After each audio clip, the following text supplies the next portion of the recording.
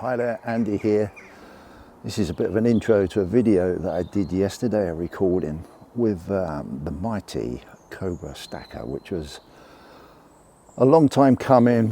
We used to do quite a bit of this. We used to just record our chats and talk about whatever come up. But we had a chat the other day and we thought, oh, it'd be nice to have finally have that recorded chat like we used to. And I thought that it would be really cool just to have him on the channel, talk about his story right from the beginning, talk about what changes he's seen since he's been on YouTube.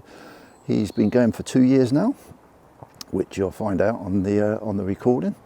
And yeah, we had a lovely time actually. A little bit of a hiccup in the middle of it with a bit of tech, but yeah, we got over it. But it was a really, really, really nice conversation. Really enjoyed it. Hope you guys too.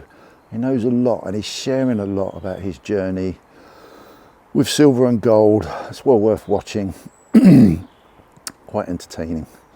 And we have a bit of a giggle. So that's really cool. Hope you enjoy. Take good care. See you all soon. Bye. We are live. Well, not live, really. Oh, it's just a recording, really. Dude, how you doing? I'm good, brother. I'm good. It's good to be back. It's been way too long since we had a good chat, me and you. Absolutely, mate. I've been really excited about this all morning. Oh, brilliant. I think I've got a few little things in store for you, actually. Oh, God. I don't know whether to look forward to that or not. It'd be good. It'd be good. Dude, how you doing? Are you all right? Yeah, really good, brother. I cannot moan. It's been a lovely Christmas and New Year, which has been great. Business in the security world has been non-stop and good. And yeah, it's just been generally really nice. It's really cool to hear. Now, you've got my horrible back. Well, it's not horrible, but it's quite pretty background, really. Oh, lovely. Yeah, it's bloody cold here, and I was woken up this morning by. Well, I wasn't. I was sitting on my computer looking at some stuff. About quarter to eight, probably. Phone rang. 92-year-old customer. Andy, I'm so sorry. I've got no heating or hot water. I thought, oh, shit. And I looked outside. And I thought, oh, I need to go and sort it out. So yeah, I did my good deed for the day. Well, you've got to take care of the older generation because we're coming up fast behind them. Dude, tell me about tell me about. And he's 94. I've been looking after him for years and years. And yeah, he was very appreciative. So we got him going. He needs a part for his boiler, but I managed to get him going. So amazing. Well he's done. well happy. But yeah, flipping cold this morning. I was out there at 8 o'clock going to the post office and all that, doing my usual after my auction with the post. Car was frozen up. You know what I mean? I had to defrost windows, sit in the car about 10 minutes, warming it up. I was like, oh. Yeah, it's crazy, but we need it. We need it. Kills the bugs and germs, doesn't it? So I suppose. Without a doubt. And talking of that, I meant to say, dude, I wanted you to post my stuff, and I forgot to ask you. And I needed just tell me how much it is to post, because we're really doing this on this recorded conversation. I need no, I'm just saying, because tell me how much it is. Don't tell me how much it is. Yeah, I just forgot all about it. I thought because there's some bits in there for somebody, isn't there? Yeah, so, yeah. Sure. So if you could sort that out, text me and let me know how much the postage. Absolutely, we'll get that sorted. Anyway, let's kick this off, because I'm going to firstly, because I was really surprised when I was doing a little bit of research earlier on today. I've got to sing you something, and it won't be for long. And that's happy birthday to you. Happy birthday to you. And the reason why I'm singing that is not because it's your birthday soon, because it is. But I know why. Your very first video was on the 2nd of January, 2023. Yes. Recorded on the 1st, released on the 2nd. You're absolutely correct. Yeah. Cobra Stacker started 2 years ago. Yeah. On the 1st of January. I say the 1st of January because I recorded that video on the 1st. Oh, right. Okay. Wow. Bro, thank you, man. Thank you. I was doing a little, like, going through all your videos and bits and pieces just to try and sort of work out how long we've been talking, how long you've been going. And it's always cool to look back on what we've done. Yeah. And I went, oh, God, is it a year ago? we started these auctions, or was it 2 years ago? And then I did a bit of a deep dive, really, pardon me, on your channels or on your channel. And yeah, I found your very first video, which is really cool. Wow. Yeah. I was going to let you sing the whole song and go, bro, my birthday's not for a month. Do you know what Yeah, I know. I mean? Like, what are you doing? So, man, you've been going on YouTube for 2 years. Yep, yep. And it has been an incredible 2 years, bro. Yeah. I started stacking maybe 3 months before I went on YouTube, something like that. So, and then I was stacking away and I was watching all these YouTube videos and, the usual suspects, Backyard Bullion and 365 and a few others. And I thought, oh, you know what? Let's just have a bit of fun and see how it goes. And 2 years later, here I am. And yeah, a whole business has been built out of it. It's quite uncanny, really. It's scary. It's gone really quick, isn't it? Mm, Really, really, really quick. And yeah. we're getting to a bit of that because I'm intrigued to know a little bit about what you've learned and how you've seen what you've done and what you're involved with, and sort of just go down that route. So I'm going to kick it off, mate. Hopefully this works, but I'm going to share. Let's see if we can do it. Hopefully you'll see this. You've got right techie now, haven't you? Yeah, can you see that on your screen? Yeah. Okay. Well, I'm gonna actually. Oh, sugar. Hang on. Because what I need to do is make sure. Right. Okay. Let's do that again. I'm just gonna do that again because I forgot when I was doing some tests. You have to make sure you put the sound on as well. All right. So there you go. So there's your very first video, mate. Unbelievable. And I'm gonna play a little clip. I think it will be. I'm going to take you on my journey of stacking. I want you to hear me and my mistakes and what I've done wrong, which I've already made a few. And it's only been, well, this video is going to cover the first week of my stacking. I've bought some beautiful coins, which I'll show you in more detail in a bit. But this is what this channel is going to be about. It's going to be all about where you can buy from, when you first start out, what you think is the right way to stack, and then as you watch more and you learn more and start discovering what's what, you realise that you need to slow down, be calm, make sure you know what you're buying. And as I say, this little stack here is the first week, which is a hell of a lot of money to put into 1 week of stacking. But I'm playing a bit of a catch-up game. I'm not a young pup. You're not. I've got to build up a pension, and it's also a little hedge for me against inflation. I've got money in the bank which I don't want sitting there losing value, so I'm going to put it into gold and silver, and then hopefully, if I'm not wrong and what I've watched and what I've learned so far is not wrong, it will give me a little protection against what's going on in the world. There you go, dude. Wow.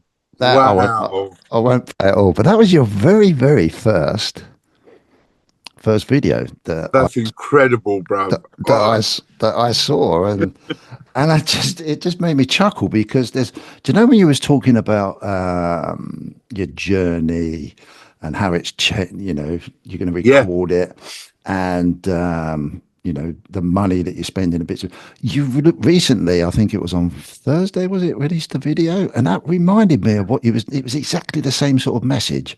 Well, it's incredible, isn't it? Because what did I say in this video I've just put out? If you haven't watched it, watch it. I said, don't go and lump in a load of money in the beginning, 5, 10 grand, you know what I mean? Just, I've got to buy. And you look at that video there and it says the first week and I've got like 6 sovereigns there and, tubes of bloody Britannias and stuff. So it was exactly my point in my very recent video that I was making, that, look, this is where we all start. This is what we all do, tubes of Britannias from the Royal Mint, extortionate prices. And then you learn as you go on. So that was very, very apt, very apt. Incredible to see that, really is. Yeah, it's amazing. I won't play my first one. I'm going to have to go back and look at that. Oh, that's terrible. But I thought, I watched it and I thought, wow, it's one, I just cannot believe 2 years ago, for starters. Two, I don't think when I first started watching you, maybe it'd been about ooh, 2 months after that, month and a half after that, I started to see your videos. And I remember putting a comment on there. Love your videos, love how raw they are and Yes. authentic. Can you remember Yeah. that? Yeah, I do. I do. And a lot of people used to say, keep them raw, keep them authentic. And I get what they mean now. I really do. Because it changes. It does, yeah. And when we look at, we look at, I want you to give me an overview of your 2 years, because, I had a bit of a look. Now, obviously, that was January 23. And then I think it was roughly at the end of August of that year, beginning of September, you ended up doing, thinking about, we talked about it quite a bit, Yeah. about doing an auction. Yeah. And then I think, look at it, you did like a trial short, Sure. like little Yeah. trial. Yeah. That was on the 22nd of August, 2023. And then you did your first full auction on the 3rd of September, Sunday, the 3rd of September. This is like, this is your life. It is, isn't it? Da, da, da, da. Wow.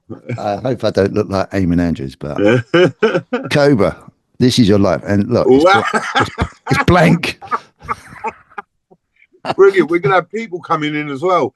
And you met on this date, you met the Stack Collector at the London Coin Show. And here he is. I remember the Stack Collector. I remember Cobra Stacker. He pulled up in this car. And yeah, incredible. Incredible, bro. So, I mean, I obviously know some of the background. What was for you from doing your very first video? Obviously, you wanted to record your journey. What what was that journey like to making that decision? Oh, might have a business here. We could try doing an auction. What went on in that sort of Well, 6 7 months, really? it didn't start off as, oh, might have an idea for a business here. What it was, I started collecting. I started stacking, let's say. I was really strong on the fact that I was a stacker. And I remember in the first few videos, as I started buying stuff, someone turned around and said, "You're not a stacker and you're a collector." And I really took offense to that. So, what are you talking about? I'm a stacker. You know what I mean? I really took offense. But he was absolutely right. He was, because what started happening was exactly what I've done in my recent video. I started looking around. I started looking at different mints and I started picking up bits from all over the world. And I was getting stuff that a lot of people in this country had never, ever, ever seen. And I started doing videos on it. And that's what grew my channel, I think, was sort of reviews on pieces that people had never seen. And as it was growing, people were going to me, "Oh, I wish I could get that. Oh, where'd you get that from?" And all this. And that's what sort of pushed. There was three reasons why I started the auctions. One was to bring pieces into the country that no one had ever seen and give them the opportunity to buy it.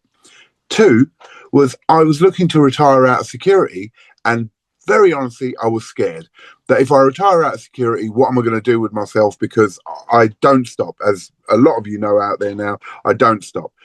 And so it was like, okay, just do a little auction thing and see how it goes, and it'll be fun. And you don't have to make money, but as long as you're enjoying it and it gives you something to do when you retire, you'll have something to do along them lines.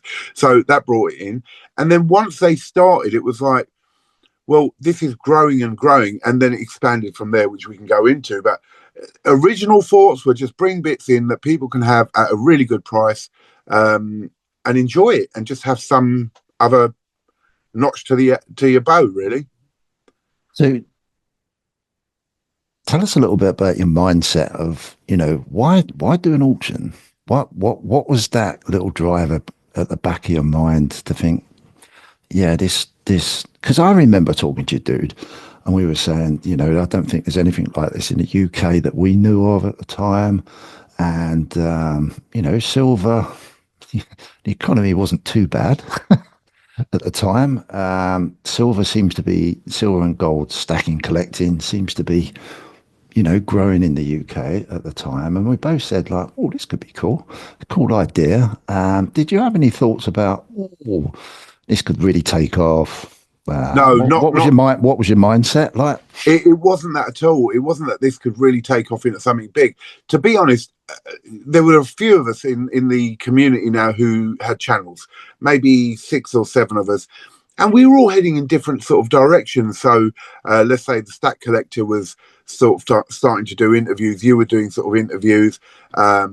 365 might have been doing certain things, and I wanted something different for my channel. And so the auction thing, after chatting to you and a couple of other people, was like, that could be a really good idea. It could be something really new. And I've always been a bit of an entrepreneur, so I looked for something different from everyone else, something that's never been done before. And as far as I know, and as far as I knew at the time, there was no one doing an auction on YouTube. No one, nothing like it at all on YouTube. No. And so that was the sort of thing that pushed me for it, that it's something new, it's something different, and it will bring something to my channel. So it was growing my channel, really, and just the hobby continuing on its journey. Never in a million years did I think it would get to where it's got to now. And when I started, I was doing it once a month. It was a once a month thing, it wasn't, and it became once every 2 weeks, then once every week, and it just became a regular thing from there. And it grew and grew and grew, and I had to buy more and more stuff in because it was selling, and had to keep up with stocks. And then it just goes into another level, an absolute another level. It seems like it, mate. I've been pretty privy to sort of be on the outside of the growth of it all, and seen listen to your journey probably more than what a lot of people have maybe understood and listened to. And yeah, it all seems, because time really flies by, Yeah. doesn't it? It Yeah. just seems like Cobra's always been there doing an auction. No, But no. there's from when you look at last night's auction, what you've done. We talk about whatnot and bits and pieces and what you've been up to.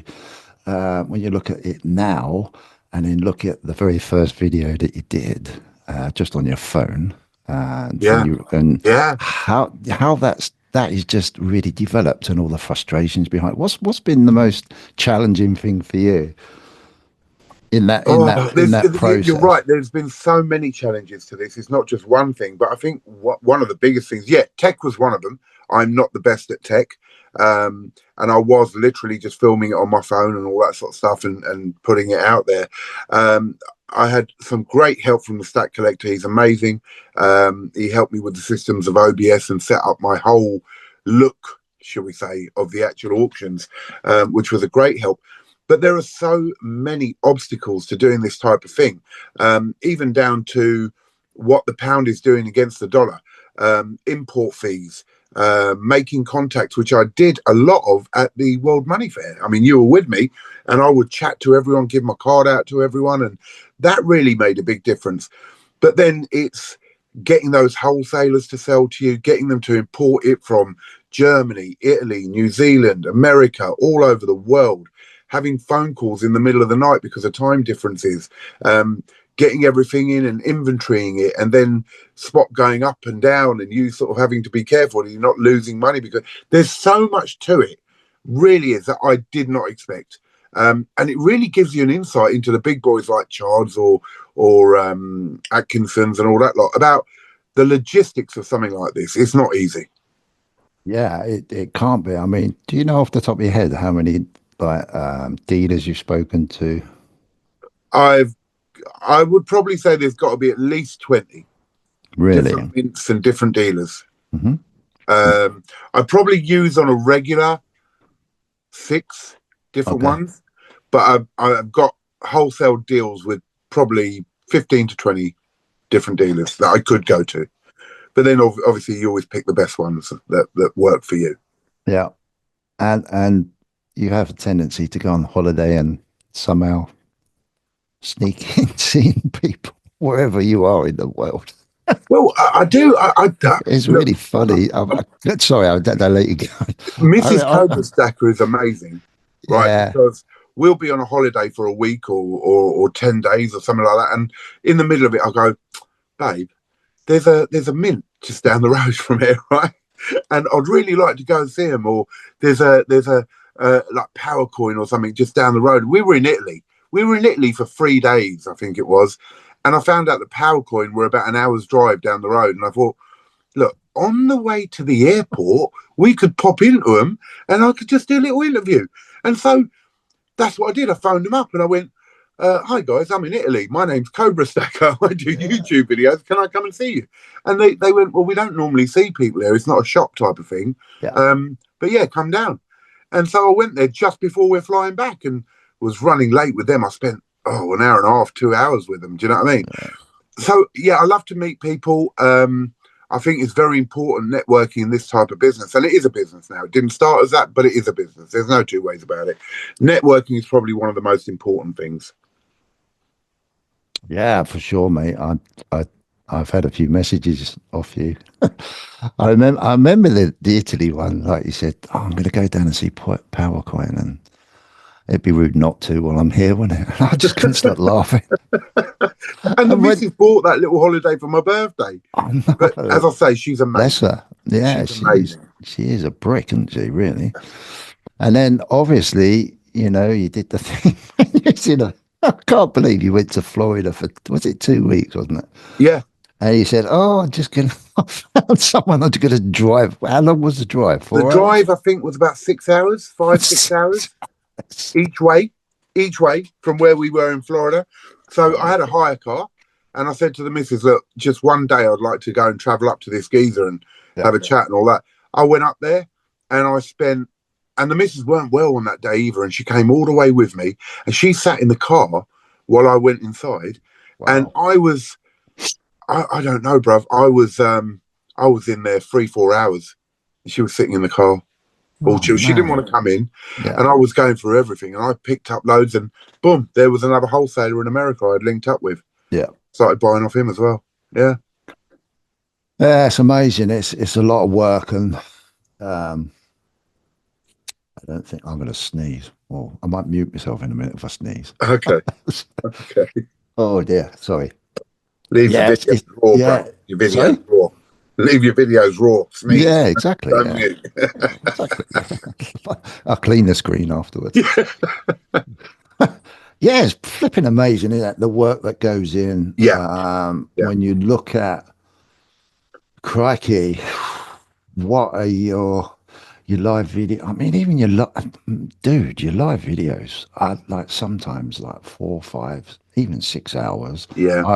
I think you might have done a 7-hour one once. Yeah. Yeah. And you look at that time and then all the time you spend, as you've just explained, networking, contacts, being up all night. It's amazing. I cannot believe how much you've done, and congratulations, dude. Thank you, brother. I do you know what? It means a lot when people say that, and several people have said it because they understand what goes into it, and it does mean a lot because I put a lot of work into it. Even like you say, you do a 5-hour video. That's not the end of it. You're then out 5-6 hours packing everything, and then straight out in the morning to the post office to post it all, and then placing orders straight away, and making sure you get more inventory in. And yeah, it is a lot of work. And I've got to say, if it wasn't for the support that I've had from the community, which is massive, bruv. I mean, people have been with me from day one in that auction and stuck by me. Yeah. If it wasn't for the support, I don't think I would have carried on. No. I mean, the guys have been absolutely brilliant. They really, really have, bruv. Yeah, because your Telegram groups has worked perfectly for you, isn't it? Yeah. Why did you do that? Well, I started the auctions off and there was no membership, there was no nothing, and you could get trolls come in, bid on stuff, and then just disappear, and you just lumbered. It just ruins the whole show. So it was a really hard decision. I know I had the conversation with you many, many times. Look, do I make people pay $2.99 to be a member? Because a troll will not even want to pay $2.99 to be a member. And then that way I know they're a proper person who is there to buy and not muck me about. And then if I do that, I don't want their $2.99. I don't even get $2.99. YouTube takes a bit off that anyway as a membership fee. So you get about £1.50. I don't even want their £1.50, and I need people to understand that it's not because I want your £1.50, it's because I want it to be a bit more secure. So then I thought, okay, if I do it, I'll make a Telegram group.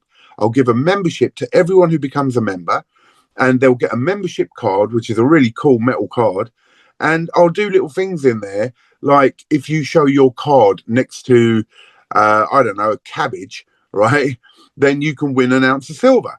And it has been hilarious, bruv, because people, I'll do it. It could be at any time. I'll just suddenly put a post up there, put your card next to a cabbage and win an ounce of silver. And people are running to the supermarket in their pajamas to go and get a cabbage and put their card next to it and win a bit of silver. But the comments are hilarious. So it's worked really well. And if someone wins 1 ounce of silver, they've covered their fees for the year. Do you know what I mean? So you can't hear you. Sorry. Do you know? Do you actually know how much you're giving away?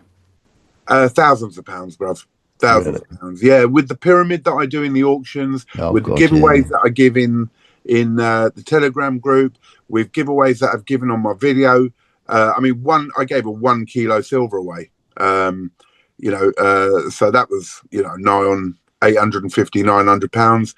The pyramid got one last night. That was 300 pounds. Pyramid's one before, 800 pounds. So I have given away thousands of pounds worth of silver. Thousands of pounds. Deal. That's pretty special, actually, to be fair, because on my observational journey, it's very rare that you find people that are, that generous. And it promotes the channel a bit, but I know deep down that isn't the reason why you do it. No. Why do you do it? Look, none of these channels would work without followers, without people who follow us. There's nothing. I can sit and record videos all day long, put them out there. If no one watches it, what's the point, right? So these people out there, the community is brilliant. It is absolutely brilliant. Then they're supporting me all the way through. And yeah, look, I can give away half an ounce of silver, an ounce of silver. And I get that every channel has a budget and a limit that they can do. And they work hard as well. They do, every single one. But I wanted to, every so often, give away stuff that some people can't afford to get or can't get. Like, so a kilo of silver, there's not many people who would go out there and spend the money on 1 kilo coin. So I thought, give one away. The pyramid, that's to say thank you to everyone for supporting me week in, week out on these auctions. So every week I whack an ounce of silver in the pyramid, and then we do a little spin wheel every week. And as I say, last night it got one. Brilliant. It's not a massive hardship on me. But it is a massive thank you to everyone. It really is, because they're great. The community is so good out there. And they support me a lot. They really do. They do. And it's testimony for what you've been doing. And you're pretty consistent with it. Which is obviously, so it's just so genuinely cool to see and be a part of, really. I'm a part of it in the background a little bit, but you're the little stalker in the background. The little stalker. I'll tell you one thing I am upset with myself with, though, being very honest, bro. Yeah, go. The amount of time that goes into the auction has reduced the amount of time I have for making videos. Hang on, because I was going to bring you on. I was going to bring you into there, but that's quite apt that you bring that up. Can I just say how wonderful? I keep getting drawn. I want to dive through this bloody Lord of the Rings loop. That's great. I just feel like I'm going to get drawn in and zapped into another universe. Wicked. Well, that was the whole thing. Look, we always talk about pyramids and UFOs and all sorts of weird stuff, and then obviously gold and silver and all that. So I thought, have a bit of it all. And Lord of the Rings collectibles I just did, and all that, opening the boxes. So I had gold in the background, a UFO flying there, the pyramid you probably can't see so much, and then UFOs, Lord of the Rings, and Stargate type thing. And yeah, I just thought, it'll look cool. So it does look very cool. And I've got one complaint. What? Where's my sticker? It is. Look, hang on. Oh, you're going to make me move it now. Look, I've got. No, don't. All right, there's 2 up there. I've got 2 creative. Oh no, that's Addicted to Precious Metals. Hang on, where are you? Where? Oh shit. Yeah. So anyway, so that's the end of the chat. It's been an amazing chat, bro. Thank you so much. I've really enjoyed it. Yeah, lovely to meet you and see you again, bro. You take care. Thank you, everyone. This is the Cobra Stacker signing out of the CPM Den, or the Whatnot Channel Den. Send me another one. Send me another sticker. Oh, dude, I love it. I love mine and your relationship. It is so cool. So cool. So cool. Okay, get back to the serious bit. Oops. That was funny. That was really funny. Sorry. Be sensible now. I just want to start laughing more. Okay, dude. So, can you remember your first video, your first auction? Yeah, I And can. what did you think? I thought it was great. I really enjoyed doing it. Yeah, it was very flustering. I was very nervous. I remember that. I didn't know how it was going to go. I didn't know how many people would be watching. Yeah, I was very nervous. I didn't have the systems that I've got in place now. I didn't have that then. I was writing everything down. I remember I had a pad and everything someone bought, I'd have a page for each person and I'd have to write down what they've bought. It was chaotic. It was chaotic in that way. Um, but yeah, I remember I was very nervous about it. And it developed month on month, because as I say, it was monthly in the beginning, into little systems that made it easier and more smoother for me to run. But yeah, a bit chaotic. So, obviously, from then, which was August, September last year, to today, what's that journey been like? How's that evolved? What's been your thought processes of getting it from where it was to, obviously you didn't know where it was going to go, but what was your thought process as that evolved really into, I mean, you're doing Whatnot now. You can tell us a little bit about Whatnot if you want to, what you think of it, how, if you can compare what you do on YouTube to Whatnot, would you like to try anything else? Tell us a little bit about that. Well, look, the whole journey, I mean, from the beginning, as I say, it was monthly. In the first few months, as I say, I was developing systems to make it easier and to make it better. And that did start working. I mean, it started smoothing out, but people wanted more. So it doubled up to fortnightly. And then it became weekly. And then I thought, look, this is now becoming a business. Whether you like it or not, whether it's, oh, that wasn't my intention, it wasn't about being a business and all that. But when you start taking money, you've got to think about, there's a lot of money going through my bank here, and someone's going to turn around and ask a question soon and go, what's going on? Are you running a business? So I thought, I don't like to look over my shoulder like that. So I opened a limited company. So that was it. This is now a business, limited company was opened, getting VAT registered, all that sort of stuff, which all increases the cost. But now I had to get an accountant. Do you know what I mean? So there's an accountant involved now.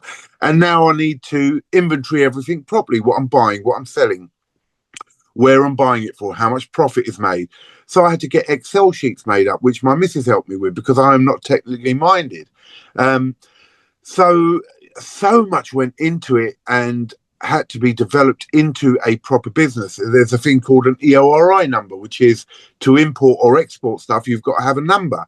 So you're doing it all properly and customs are being paid properly and all that sort of stuff. So there's a whole range of stuff that had to change and had to develop to make it into a business. And in a bit, I'll tell you where I'm going moving forward.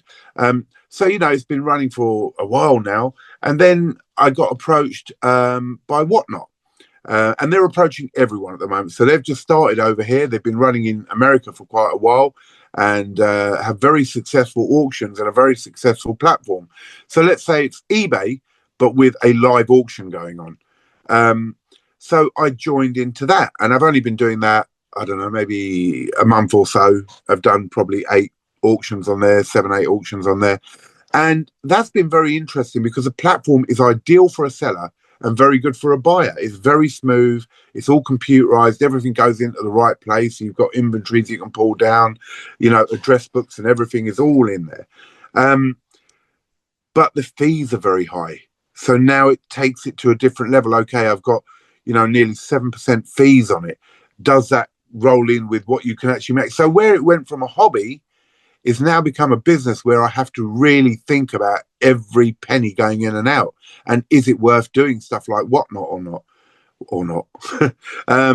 So yeah, it's adjusted a lot. And it's even got to a stage now where I'm actually going out next week to view offices, to get an office to set up the whole business in there, because the amount of packaging I have, the amount of stock I have coming in, all that sort of stuff. So it's expanding to a level where now it's, do I set up a website? Do I start doing all that? Oh, Sorry, the postman just come outside. Hang on, Just dropped off something. hang on. The postman just came into your studio and No. I've got some big patio doors next there. That's why the light's shining in. And I just thought, who the hell was that? It was the postman just dropping something off. So that's cool. Thank you. Yeah. So Sorry, now, mate. do I set up a website? Do I start having that side of it there? Do I go onto eBay? Is it worth it with their fees? So first of all, it was getting wholesalers all around the world, getting the connections for that. Now it's setting it up and the different avenues, because if you're going to do this, you need to move quantity of stuff to make it worthwhile, because with the fees and all that, you lose so much in profit with that. And then if I get an office, it's another expense I've got to add in, which has got to be accounted in. So which way is it going to go? Do I expand that far? These are the sort of questions I'm asking myself now. Do I expand that big that it becomes a whole business, when the whole point was I was going to retire and relax a bit? Do I make a new proper business out of it where it's going to be working in it every day? Well, I already am, I suppose, working every day in it. But, there's a lot of questions I'm asking myself at the moment. Is it worth doing in this way? Is it not worth? And so many people are jumping on it as well. So the market's now very different from what it was a year or two ago. If you go on Whatnot, day by day we're getting new sellers in there, because they're approaching people left, right and centre and saying, look, we'll give you this incentive to join, we'll give you that incentive to join. So it's increasing massively, which obviously floods the market then. So I don't know, there's a lot to think about with this, bruv, and I don't think I'm even 100% sure which way I'm going to go, but I will get an office and then I'll give it a go in there. And this is how you do it. You've got to keep pushing forward. If you stop at any point, well, that's the level you're stopping at. But if you're going to push it, then you push it hard. So yeah, I don't know. What when you say like, if you're going to do it, you've got to push it hard.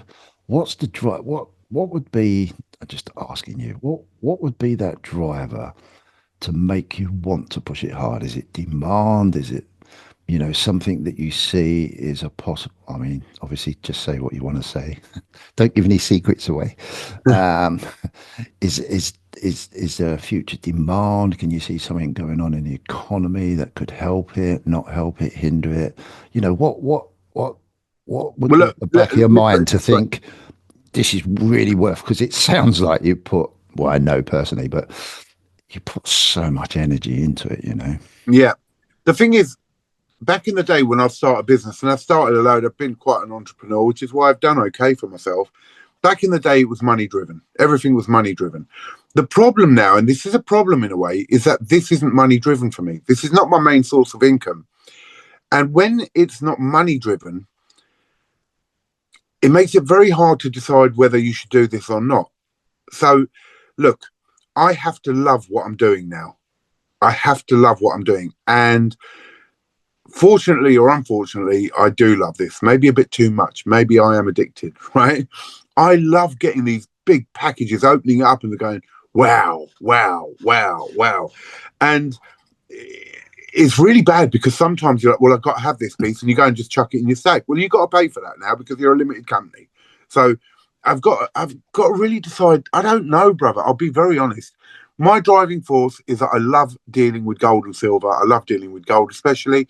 I still love to be able to bring in pieces that people have never seen before. That's still a driving force for me. The economy and all that, because I'm not money driven on this, I'm not worried as long as I don't lose money. I think I said that from the beginning. As long as I'm not losing money, I don't really care how much I'm making. Do you know what I mean? Obviously, I want to make. I don't want to put all this time into it, not make nothing. But I'm not driven by that. I'm driven by what I'm dealing with. If I was dealing with pineapples, coconuts, and oranges, I think I'd get bored very quickly. Yeah. But I'm dealing with something I love, and that's why I enjoy it. That's the buzz on. Yeah. I take it. That's what I was going to ask you. What's the real deep buzz? Because most people, the way we've all been brought up and whatever, I've run my own business too. The driver is always like, what, the money? Yes, that's what I mean. Everything has been about that before. Yeah. So and I'm going for a very similar thing with my podcast. Is that the driver isn't quite the money or anything really like that. it brings different challenges because it you've still got to be passionate to do that. You know, like from your point of view, what you've said, you've got to be up after night. You've got to, you've got to take the phone calls during the all sorts of hours. Yeah. Put yourself out to see people, and you know, so there's always something that's got to inspire you. And I would hazard a guess that it's just the bug of wanting to do something for you. Is that right? Is that the Yeah, drive? I love it and I enjoy it. You And look, can't I sit will be still. coming out of security at some point. I Yeah. will. You know, I'm getting older. I'm not a young pup. And, you know, it comes to a stage in security where you got to pull out. Now, I could just go and sit in the office and do the paperwork and schedule people and all that lot. But that wouldn't, it wouldn't drive me. You know, it wouldn't drive me. And I can't be an office bod. I can't do it. It's not me. So I have to have something that I truly enjoy now, and it's got to be. I also can't sit around and do nothing watching daytime TV. That'll kill me. And I do have this big fear of retiring, having nothing to do, and going downhill in my health because of that. It is a genuine fear. This keeps me extremely busy. Extreme. It's a buzz getting those orders in, getting them at the right price, getting hold of something that's limited that other people are not going to be able to get. It's a real buzz. And that's what drives me now. That's what does it. So that's cool. So that brings us up to sort of present day. Um, what what have you got? What's your ultimate dream for this? What would you like to see? What would you like to see? If It's a you can very, share it. If you can share it, of course. it's a, look, you know some in-depth things about me and Yeah, I plans do. and all that sort of stuff. Yeah. It's a very hard thing to say, bruv, because look, how far do I push this? If I push this into a massive business, I can't retire the way maybe I'd like to do.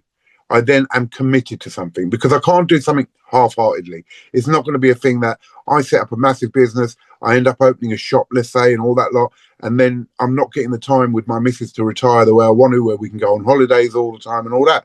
Don't get me wrong, I have good holidays now and I enjoy it, but it's not every week or like, you know, I don't know, once a month going away for a weekend and all that. The more in depth I get into this, the more it takes away from that. And my whole life has been work.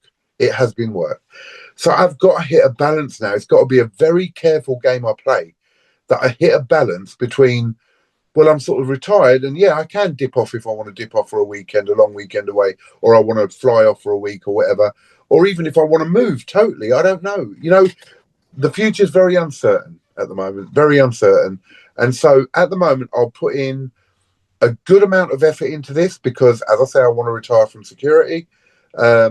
And I will keep going until I make some firm decisions of where I'm going with my life. That's the honest truth, right? Until I've made a firm decision of what I'm doing with my life. And then either I scale it down and just have it back to a hobby style where it's really maybe just making videos again. Who knows? Maybe not doing the sales of gold and silver because there's a lot that goes with it. Maybe just making videos of my experience of doing it. I don't know, is the honest answer. I don't know. But right now, at this stage, I'm scaling up. I'll get the office, I'll scale it up, and I'll push it hard. I know why you're laughing as well. I know why you're laughing. You know what I mean? Brilliant. It's interesting, really, because listening to that, I've, as you know, from my own story, I've had to sort of almost go through that in my own mind and continue to go through that in my own mind. You know, making decisions that you haven't when you for a lot of guys and girls out there, ladies and gentlemen, you know, when you're entrenched on the hamster wheel, what I call the hamster wheel of working, Yeah. if you're fortunate enough to be able to work, you don't get time to think about anything else, and you're No. just so engrossed when you're sort of in your 30s, 40s. Yeah. You're running, if you are running your own business as well. You just that's your vision, that's your Yes. focus. Yeah. But quite rightly so, when that focus starts as you get older, and in certain, you know, to certain positions, you start asking other questions which you Yeah. have not been used to for 30 odd years, if not more. From my point of view, it's longer than that. So I get it. I really do get it. And I'm laughing because I know what you're like as well. It's a very hard thing, bro, because Yeah, like it you say, is. when you're younger, you've got a mortgage to pay, you've got this to pay, you've got bills to No, pay, you've got kids to raise. You know, there's all them things. And so you haven't got a choice. You no, literally haven't got a choice. no. You are on that hamster wheel. You have to work, you have to make the money, you have to pay the bills. Yeah, Well, my kids are grown up. Well, I've got a young'un, but you know, she's taken care of. My yeah. kids are grown up. My missus' kids are grown up. This should be the time where I should be traveling around the world and enjoying. But I also, when I'm not traveling around the world, I'm bored. And that, it's stupid, bro. You're It's doing my head in now. thank you. This sounds because like our normal because as conversations I we say, have. I enjoy this, Yeah, but I don't want it to be a full-time business yeah, also, but I do because I love it. So yeah, yeah, exactly. very odd. So at the moment, as I say, I've got no Cool. plans for any big moves. So right now, push it forward. Wicked, wicked, wicked. Which brings me to, before you did all this, you wanted to share your journey and your passion of your stack that you've, yeah, to most people is probably one of the biggest stacks that we see in the UK when people, Argumentatively, yeah, I think yeah. there's bigger out there. Oh, I'm sure there is, but you don't see it. Yeah, But you know what I mean. yeah. It does blow you away. How was that? Have you missed that? Have you missed that passion of having time? I mean, maybe you do get time to look at what you've got and really enjoy what you've got, or is all this sort of not taken up, well, basically taken over and not allowed you to sort of really look at what you was personally doing? No, the passion's 100% there, and Yeah. I'll tell you why. Because number one, as I said, when you get these boxes come in and you open them up, I literally I spend hour just looking at bits, going, "Oh my god!" Do you know what I mean? That is gorgeous. You know, I love it. And you'll see some of my lives where I've opened these new trading coins and all that lot, and the buzz I get out of that is amazing. And the amount of times I open up that box, I set up the whole lot and go, "Wow." You know what I mean? The other day I pulled out my gold and I was looking at all the Queen's beasts. I was looking at all the sovereigns and what dates they are and all that sort of stuff, and sorting them out into rows and you know all that stupid stuff you do, like the older one first and all the way to the newer ones and all that lot. Pulling out a Marvel collection of the 9 coins there, or the dragons, and you know. So yeah, the passion's there. The pity is, as I said earlier, I used to make videos out of it. You know, like I'd set it up and go, yeah, look at that. I'll make a video on that collection. You know, I'll make a video on this one. And the time has been taken up with all this auction business and all that, where I'm not making those videos. And that I do feel gutted about because I enjoy making the videos. But what you've got to imagine is I've got this setup which runs the auctions, right? I run an auction, the setup's all there for it. I'm ordering more comes in, blah, blah. I haven't got time to take down the whole setup, set up a new setup for the video, do the video, take that down, set up for the next auction. Because it's weekly now and with whatnot twice a week, right? I now have no time to make videos. And that's upsetting me. And I have to try and incorporate that and change it, which is another reason I'm getting the office. So I can have 3 setups. I can have one for whatnot, one for my Friday night auctions, and one for making videos. And I can just jump from table to table and just bang, bang, bang. I'm out. Make a video, do an auction, make a video, do a whatnot, you know? So I need the space. I haven't got the space now to do it. But the passion has no way in the world dwindled. It's grown. It's But grown. I think anyone listening to this can hear that the passion's very much in there. Yeah, oh yeah. Always, you know, and I was very pleasant. You posted a video a couple of days ago, the evolution of Stacker Collect. Actually, I'll bring it up. That's the easiest Wicked, one. yeah. Let me bring it up. Let me just play the very beginning of it. I'm just going to let it get up. One pet hate of mine, dude, a real pet hate of mine is all the videos that have advertising on now. Oh, it drives me Yeah, insane. yeah. But I know you can. Well, I subscribe to YouTube, so I don't see no adverts. Oh, of course, yeah. I remember you saying that. Yeah. Um, Guess what I forgot to do? This is Put how. the sound on. Put the sound on. Oh, an idiot. Oh, the sound's on there already, so that's cool. Right, so yes, can you see that? Yep. And this, when this popped up, right, Thursday, wasn't it? Yeah, I think so. Yeah. Thursday, I was, as you know, I thought, oh my God, 50-minute video by Cobra Stacker, the evolution of Stacker Collector. Is this for you? And when it popped up, I thought, oh, thank God for that. It's, my mate has put a video on and he's going to talk. Evolution of stackers.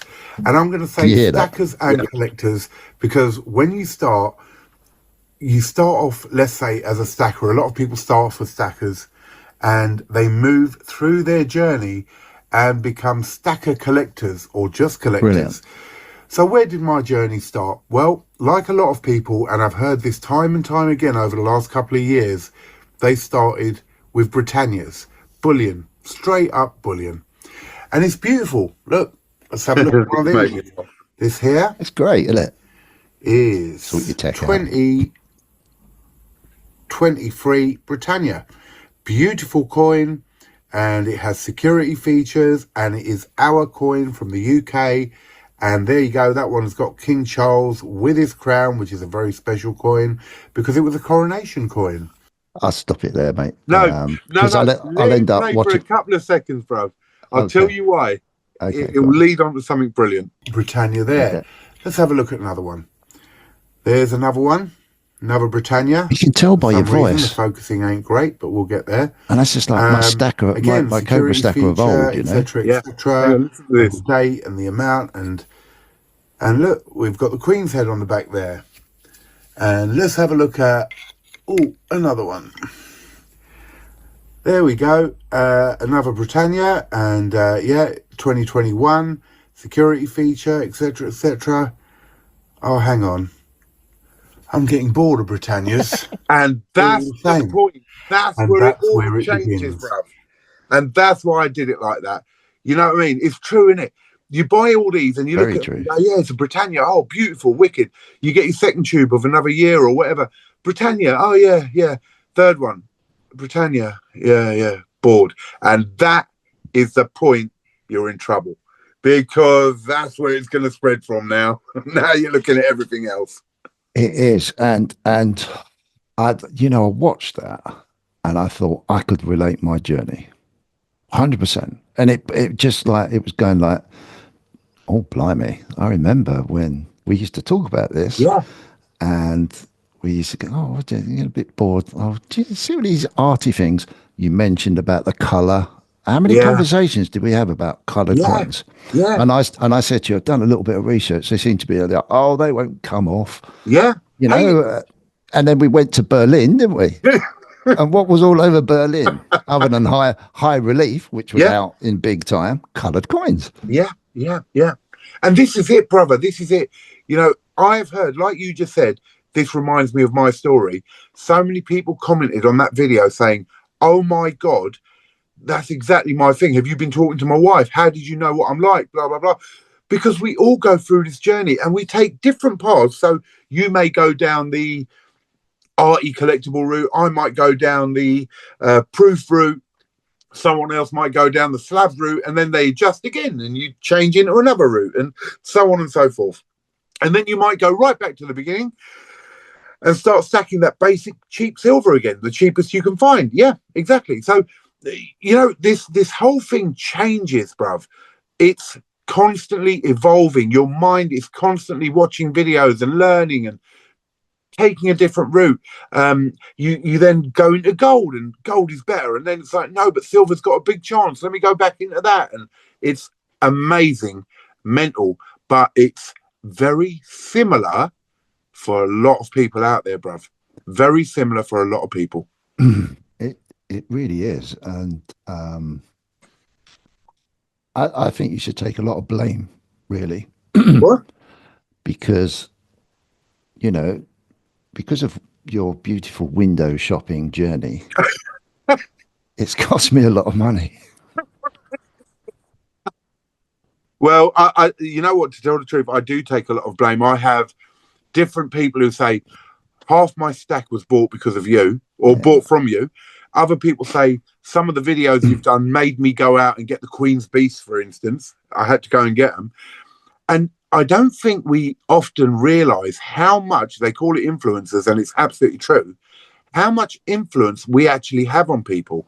And that's why we really need to be careful in what we say and what we do, because we have to be sure that at least at the time of what we're doing, we truly believe what we're saying. And this is why I said to people, even in this video, be careful. Everyone's got different budgets, different plans, different things. So yes, it's all well and good watching any of us and going, oh, well, this one said that and this one said this. You really have to make decisions for yourself based on your budget, your opportunities, your bills, your life, and not on any of us. Look, I can show you a beautiful, massive stack, and you can sit there and go, oh my God, I want to get that. No, no, no. Do what you're doing. Enjoy what I've done. Enjoy watching my videos. Enjoy seeing some amazing pieces. That doesn't mean you've got to run out and do it. Everyone is different. And that's a really important message that's got to get out there, that whoever's video you watch, we all have different opinions and no one is right or wrong. No one. Unless you turn around and say, go and buy 10 ounces of lead because that's going to be the best thing in the world, then you're probably wrong. That's all right if you want to make some sort of sea fishing weights, I suppose. Yeah. And sell them, maybe. I don't know. Mate, it's that's the other thing I've always admired you for was your consistency in that message. Even during, I can't stand Whatnot, I'm being honest about it. Yeah. It's just so, it's too quick for my old brain to even be entertained by it. But I get it, obviously. But even I've heard you on Whatnot just saying, "Whoa, steady on the price, guys." Yeah. You know, so testimony to you, even through your auctions, that message has always been there, and that's really healthy. Well, the thing is, Bob, I don't want people to overpay. I don't think that's right. And I want people to understand what they're paying for. So yes, obviously you've got to understand you're going to pay a little bit more and whatnot because of fees and all that lot. But still, when I see on some of the channels on Whatnot, people are paying 50, 60 pounds for a silver ounce. I sit there and I think, what is going on? Why are you doing this? I can understand up to 40 pounds for a normal 1 ounce because of fees or whatever else, right? Up to. That doesn't even mean 40 all the time, but up to 40 pounds. And I can understand on a premium coin, let's say a Spider-Man, which is very hard to get hold of, very rare out there, you know what I mean? And people will pay, big premiums on them, 100, 120. I understand why that happens. But when you're looking at a Britannia and it's going for 50 quid, you're like, no, these people are taking the piss. So when people start going too high on me, I'll say, stop. That's enough. Do you know what I mean? I'm not trying to rip people off or con people or make people pay more than what they should. A lot of people will sit there and go, yeah, lovely. That's a good one. No, not for me. I don't. Yeah, 100%, dude. And I don't know about yourself. We can talk about this, about our understanding of how gold and silver's changed since you've got involved. I've got involved. Our personal emotions and experiences around that. But I get it. I sometimes I get a little bit, because I know what I know, I get a little bit sort of, if I'm watching something, I think, oh, bloody idiot, what are you doing that for? But I forget that people don't know. No. They have no idea. So, like anything in life, you can buy it. You can go out and buy a brand new car and take it out the showroom and lose God knows how much, can't you? Absolutely. And people will learn, brother. The thing is, we all did it. I mean, I came into the whole thing, and as I said, I was going to Royal Mint and buying Britannias at, I don't know what it was at the time. I can't even remember. Maybe, and remember, spot was a lot lower, maybe 36, 37 pound at that time, which was extortionately high. And then I learned about different places, the Silver Forum and this and that, where I can buy from. And it's a journey that everyone has to take, I think.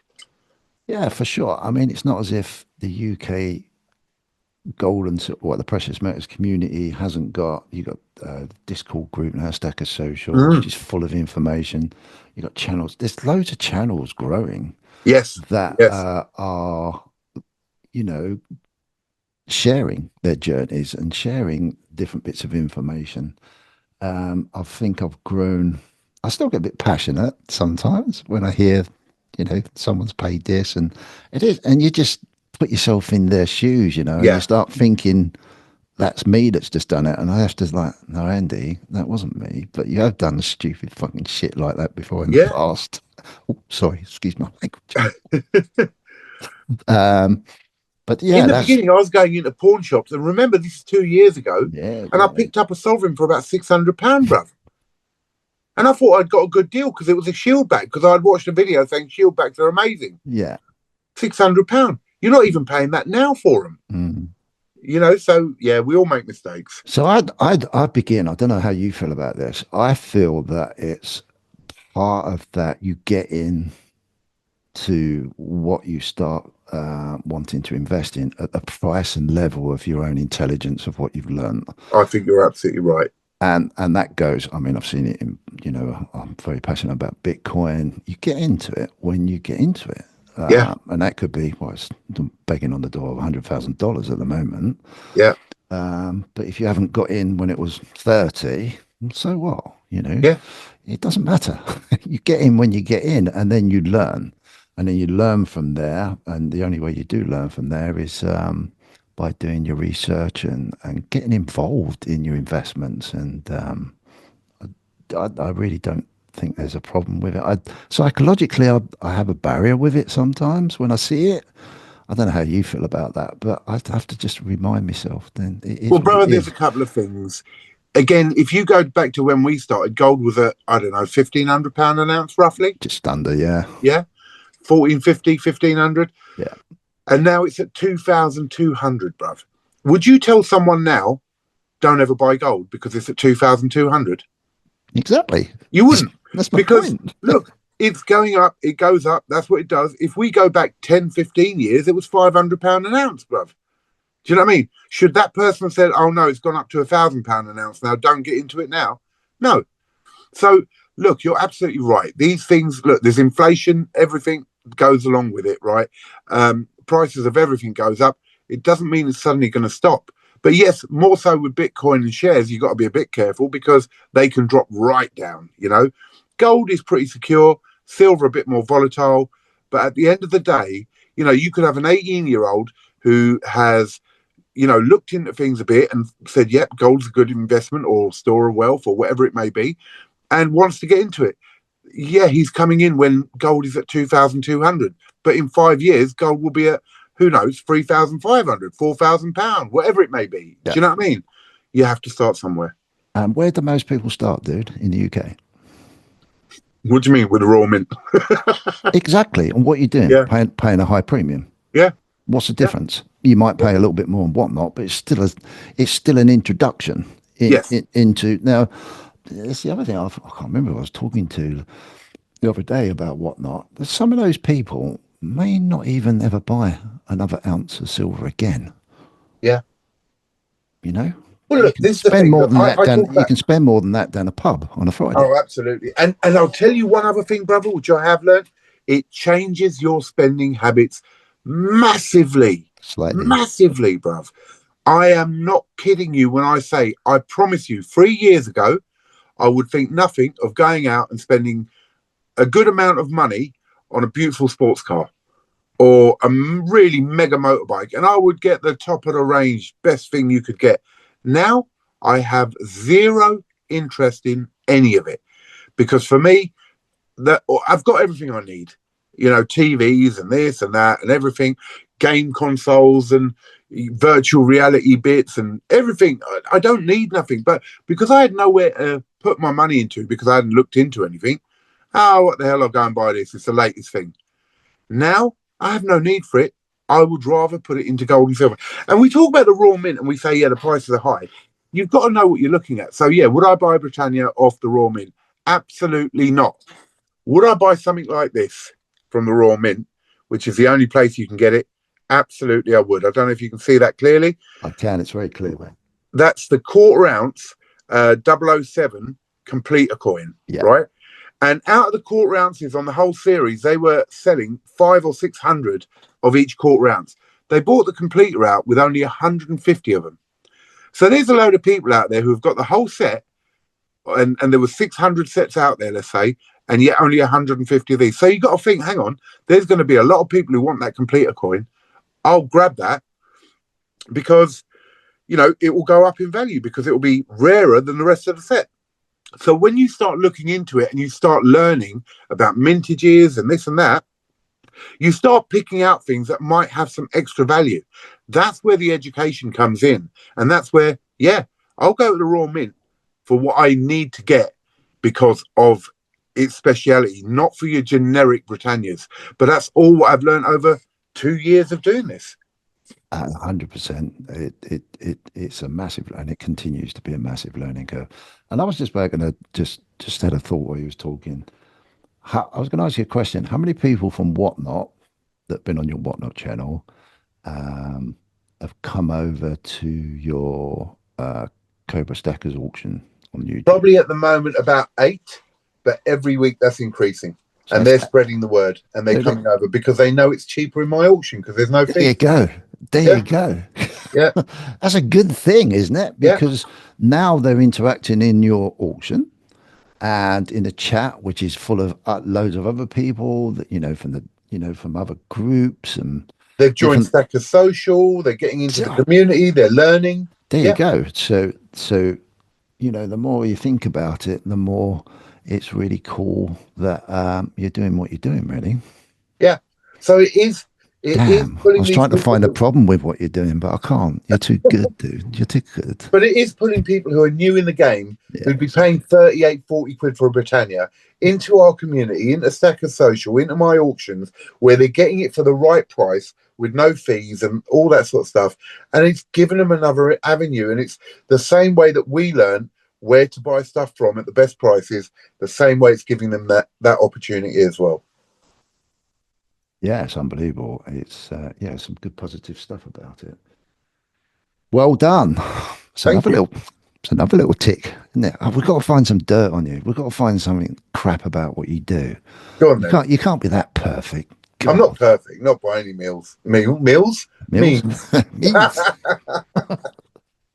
No, I'm not perfect, but I try hard. So we can sort of transfer this into gold and silver a little bit more generally. What have you seen from your conversations and your observations? Have you seen the gold and silver marketplace change much? In probably more since you've been doing your auctions because you've been more interacting. It's made me very aware of how spot price works. It's made me very aware with silver how volatile that can be. Yeah, you know, I was around at the times of 16, 17 pound spot on silver, going up to 27 pound, dropping down to 22, 23 pound, going back up now to 25 pound. And I've watched gold have little variations of 100 pounds, say, up and down. So when we were at 1500, we saw it shoot up to 1600. Then it dropped down to 1495. And then we had this rocket right up to 2100 and 2120. Then it dropped down to 20,000, 2050. And then now look at it at 2,200. Yeah. So it's made me understand how these sort of cycles work and what happens. What's the more stable unit, which for me is gold compared to silver, but what potential silver may have. A £1 rise in silver is more significant than a £50 rise in gold. Because if you look at percentage-wise, you've actually had a massive increase in silver there to what gold has. Yeah.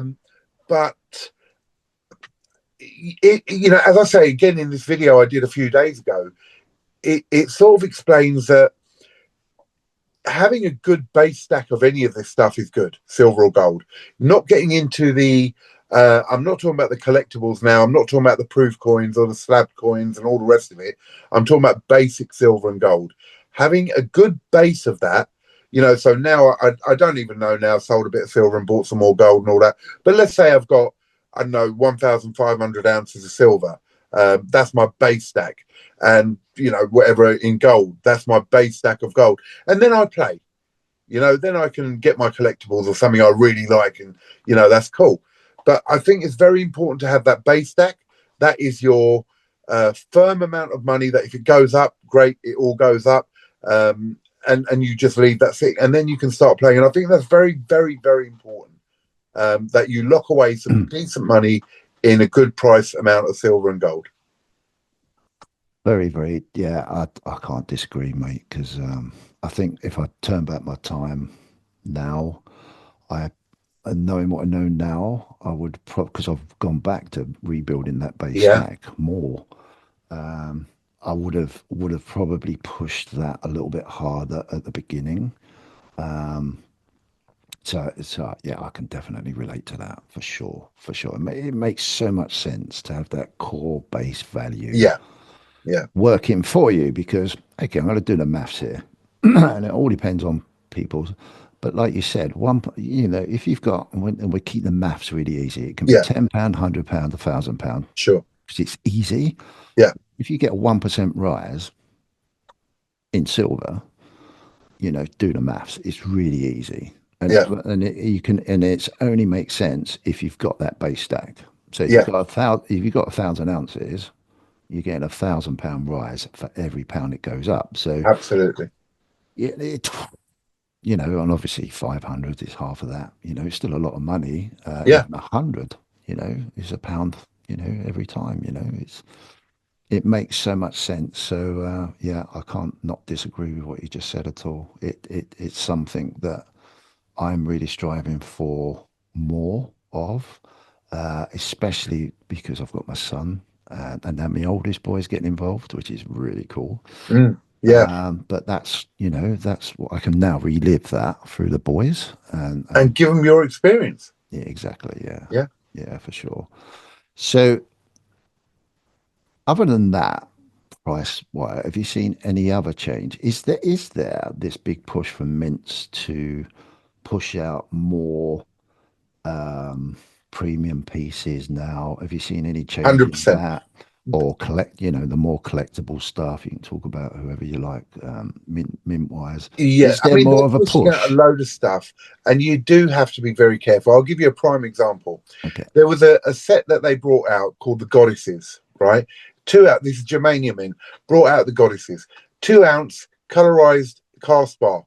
Absolutely beautiful, right? The first one was called Freya. Came out, it was about £80-90 to buy, right? The second one came out, and that went up to about £100 to buy. The third one came out 110, by which time the first one was now worth £200 because it was the first people had seen of this. Then all of a sudden, the Germanium Mint turned round, bought another series out called the Gods. Then they brought out another thing. Then they put it out there that anyone could go to them and produce their own. And the market got flooded with these cast bars, right? Absolutely flooded. And so you're seeing them push out loads of this stuff. Colorized silver eagles, colorized Mexican libertads.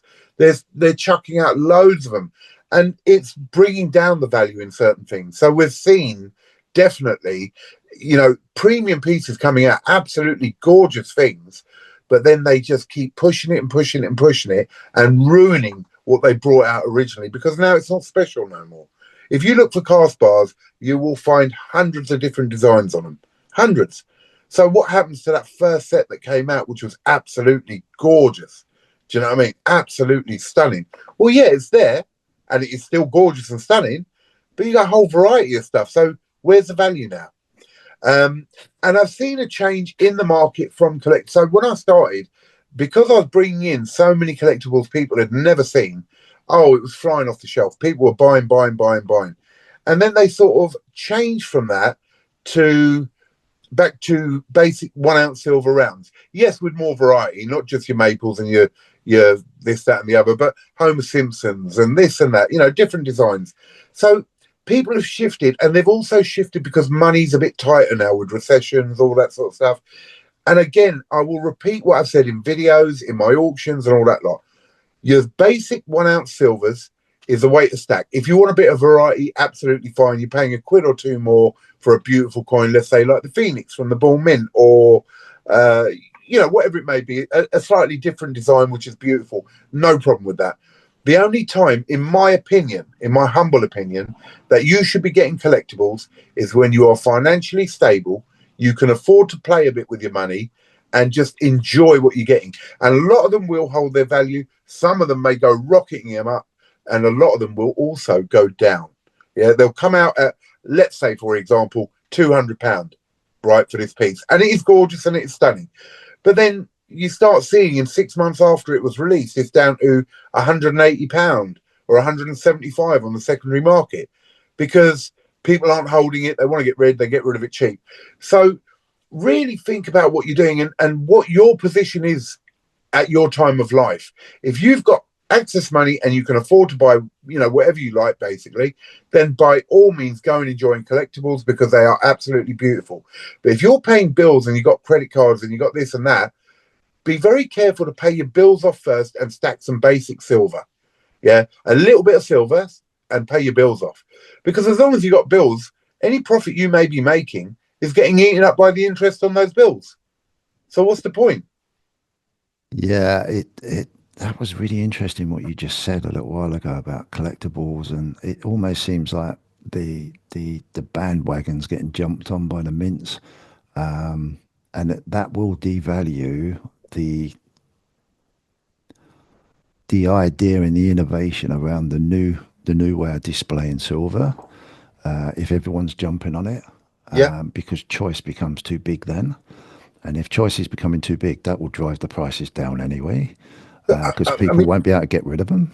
Yeah, but there's another side to it, bro. The mints are coming with very innovative ways of keeping the interest. So, for instance, a lot of people may have seen it. If you haven't, please go back through my videos and watch my lives on the trading coins. So, like we've had Pokemon cards, and we saw that people were collecting them, and some of the values on them went skyrocketing. Some of the original Pokemon cards are worth thousands. Magic the Gathering and all that. Well, now New Zealand Mint or Agoro have released trading coins, which is 1 ounce silver coins. Hang on, I might have one here. I can show you. And basically, you buy a box. You don't know what's in the box. You get 2 coins. It could be a common, an uncommon, a rare, a super rare, or a quarter gold. And so they've gained the interest of people from both sides of those collectors of gold and silver, but also of these sort of rare things. Here we go. Here we have a gold gilded Hulk. Wow. Only 20 in the world. Take a guess at how much that's worth. I didn't even know you had that, dude. No. That's worth about 4.5 grand. Really? Because there's only 20 in the world.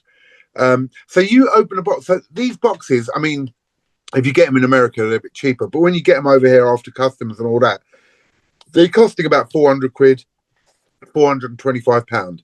You open it up and you could get 1 common card and 1 uncommon card, or silver coin, should I say. And your value back is only £250 or £200 or whatever. But you pull something like that and you're getting 5 grand. And if you're lucky as I was to pull the gold quarter, which was 10 in the world, I sold that and one of those gold gildeds for 20,000.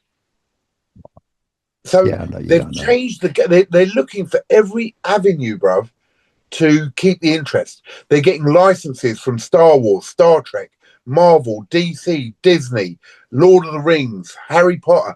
These licenses cost a lot of money for them to get. But they're putting out stuff now which is not attracting only the silver stacker and the gold stacker. It's attracting fans of all these licensed products who collect those. So they're mixing the two. They're increasing the market and they're looking for other avenues to make money. So now it's not just about gold and silver.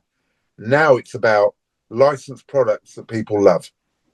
They're mixing the markets. They're very clever. Interesting. Very interesting. So yeah, that my mind's going mad now, because then oh God, yeah, for anyone that may be getting into this new now, choice has just gone through the roof. Yeah.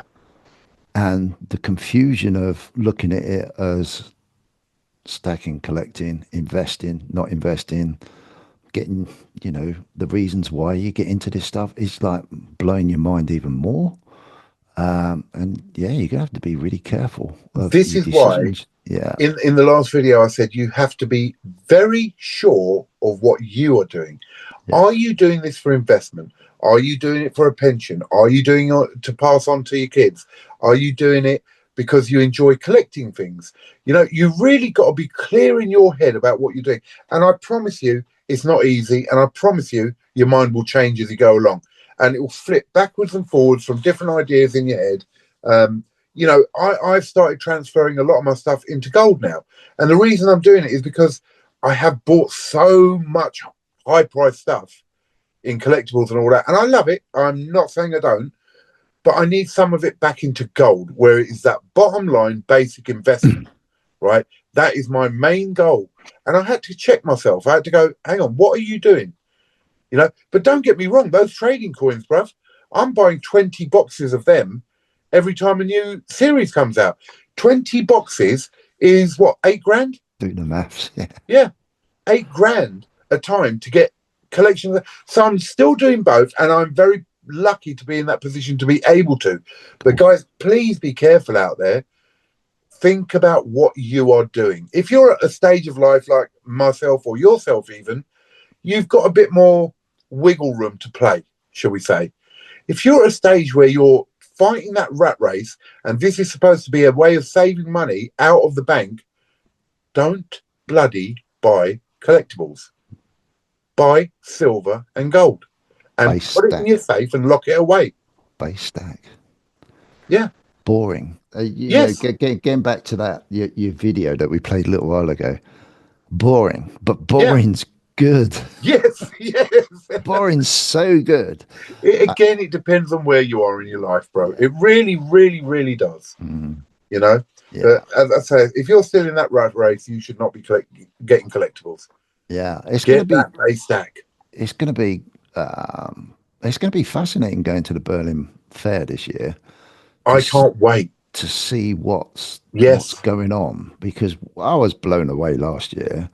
Brother, but I want to see what's changed from last year to this year over there. Yeah. That's the big interest. Yeah, what's being innovated from what you've just been saying there, how that's changing. Is high relief dying out now? Is it just high relief is high relief? Yeah. Is colorway coins, you know, what innovation? But have you seen how many glow in the dark coins are out now? Only what you show. Yeah. So shine a dark light on it and it glows in the dark. You know, it's a lot of it's gimmick. Where's the investment in it? Yes, you've got the silver value in there, but they're charging you a hell of a lot more because of glow in the dark. Yeah. That's just a bit of paint they've put on. Yeah. Right. I can appreciate, brother. I'll tell you this. I can appreciate the high relief stuff and the arty stuff. Oh, right. Yeah. That was beautiful. It was so detailed. It still is. Yeah, absolutely. It's beautiful. It's detailed. Some of the artwork. I sold a coin called the Great Wall of China. My God, it was a stunning coin. It was beautiful. I can appreciate that. But do I appreciate some of these printed, colorized things? Look, yeah, some of them are amazing. They look great, but they are just printed on silver. Or dash a lick of this luminescent paint on a bit of silver and you can shine a torch on it, it lights up. Has that really increased your investment in silver or gold? No.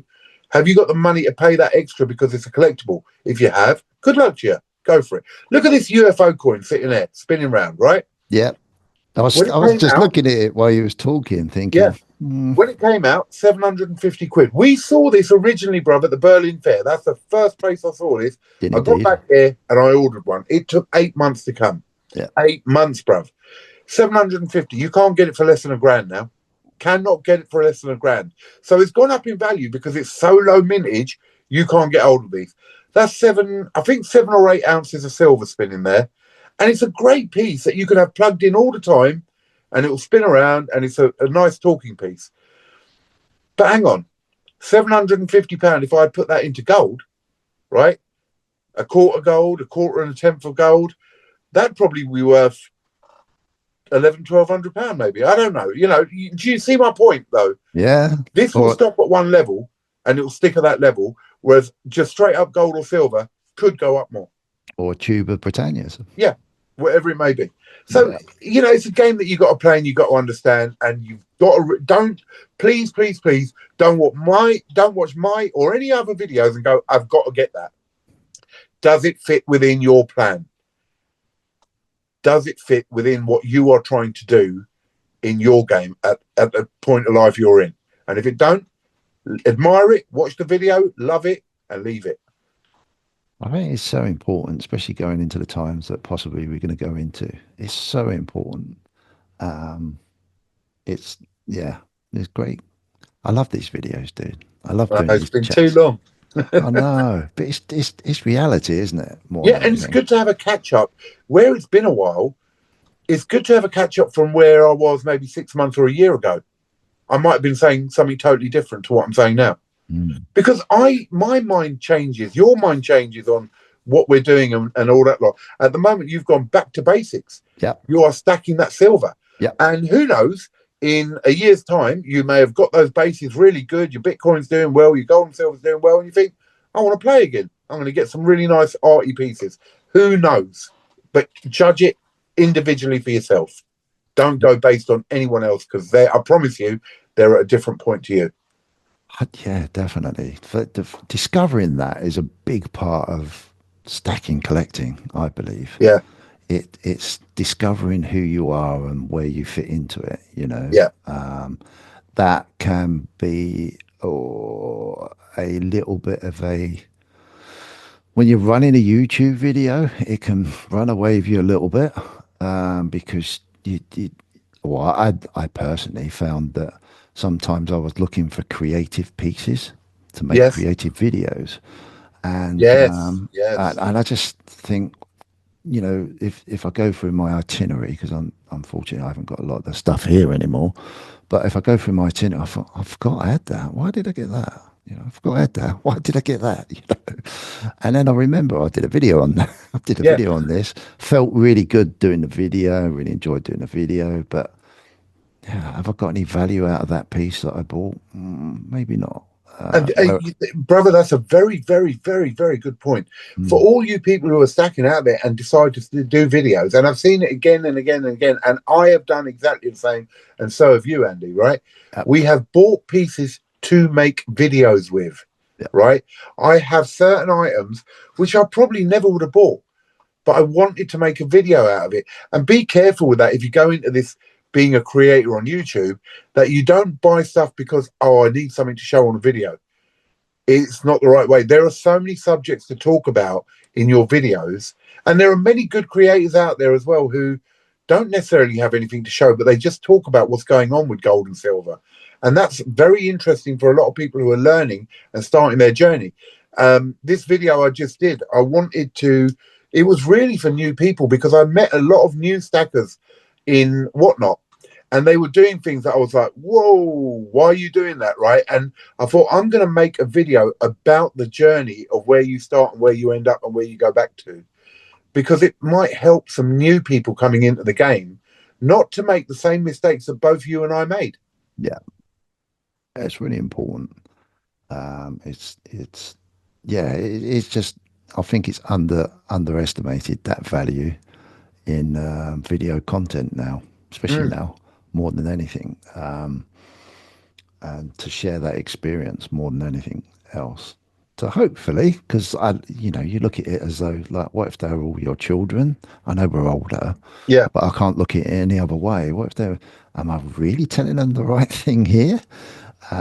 Is this the best advice I can give? That comes with experience, obviously. It doesn't make me better than anyone else. No. It helps. It's just trying to pass on knowledge. And it is, yeah. It's massive. Do you think, I'm going to stay on the same sort of, do you think that we all suffer when we come across new ways of maybe investing our money? That's a massive subject, obviously, that initially we get that buzz, and do you think that fear of missing out really can overtake our early process of what we do? 100%. Yeah. 100%. So yeah, again, a lot of us start, and then we look on YouTube. YouTube's a great source of information, don't get me wrong, but it's also very dangerous, because remember two things. Number one, once you start looking at a subject on YouTube, it will feed you that information that you're looking at. So if I looked at the negativities of Bitcoin, for instance, I will find video after video after video of how Bitcoin is rubbish, bad, crap, rubbish. If I looked at, if I looked at, is Bitcoin good? And I start watching videos which are praising Bitcoin, I will see video after video after video. It's going to hit the moon. It's absolutely brilliant. Best thing since sliced bread. It's the same with gold, silver, and anything else, right? So once you start watching videos on YouTube, you're going to find things and people are going to go, the mintage on this is only 100. They're selling out fast. Raw mint are going to sell out of that. And that fear of missing out is absolutely strong in all of us. We can't help it. It's our nature. Once we get in there, if I buy that bit, look at me, coronation coin, 1 kilo, right? I think there was only a mintage of 100 or 200 of them. I bought 2 of them, right? £2,500 each, right? Actual silver value, maybe £800. I don't know. Work it out, right? A kilo of silver, maybe £800. Let's say maybe a bit less. I don't know, right? I paid 2.5 grand each because they were low mintage. I got the phone call from the Royal Mint and they said, this is what we've got. It is a coronation coin. You know, it could be massive. I bought 2. Now, don't get me wrong. I don't think that's a bad coin because it is a crowned king. It is a kilo coin. It will be worth something. I don't think you'll have a long time in as the king, and therefore that could go up in value. But it's a risk, isn't it? And I got it. Why? Because it was low mintage. It was going to sell out fast. It was probably in the last 5 they had when I bought mine. Fear of missing out. Grab it. 5 grand. Boom. Done. You know? So yeah, 100%. Whether it be you introduced me to Bitcoin. Yeah. Fear of missing out. Went and bought loads. Right. You know my story. Went and bought loads. Not loads, but a good amount. Right. And then the first drop came for me. Right. And I shit myself. And I sold a load straight away. I remember. Right. And then I was like, okay, at least I pulled my original investment out and I'd made a profit, and that profit I've let ride and I've slowly put a bit back in. So yes, I may have made a mistake there because I bought that stuff at 20,000 and now it's 77,000. If that 10 grand was in there now, it would be quite a bit more, 30, 35 grand, maybe. I don't know. But it was a learning curve, right? It was a learning curve. Now there was a drop in Bitcoin now recently, and I sat back and smiled and just left it in there. Cool. I've learned something. So, bro, in any of these investments, any new investment that comes out, there is going to be a phase that you go through. Again, you said it absolutely right. It's by the education you have on that subject, right? If you don't have much education, you are going to flit and flirt and up and down and buy and sell and quickly panic and lose money and all that lot. And as you learn and you settle down, you calm yourself down, you'll start doing better with it. 100%, dude. I see it, and I see it and hear on the grapevine sometimes where people have, and the same applies to, not crypto. It's the same everywhere. But I've heard it, people buy silver and then about a month or 2 later, they're selling it. Yeah. I'm thinking, come on, man. Why? And you know why that's happened, bro? Because they've tapped into the idea of silver. They've still got loads of bills. They put a big lump of money in, like I said. They're starting off, they're excited, and it's understandable. Oh, they're excited. They buy loads of it. Then a couple of bills hit them, and they're like, oh, my God, I haven't got the money. They have to sell. They're panic selling, and so they're selling it cheaper just to get the money in to pay those bills. And then they look back and they go, oh, I don't like this game. You lose money on silver. No, you don't. Yeah, you don't. It's that you fear had to sell. You forced yourself into that situation. Yeah, you've nailed it. It's that fear of missing, and this is one of the things that I find very challenging with education. And you nailed it with you saying about the algorithm. If you put in silver into YouTube or other places, but YouTube's very popular. Silver, £100 an ounce, or £200 an ounce. It will feed you all of these different channels that are just, well, they're not scamming you, but they're using marketing ploys to get you to buy stuff or subscribe and in true reality, people go, oh yeah, and in hindsight, some of it can make a lot of sense. Some people are very clever with the way they put stuff across.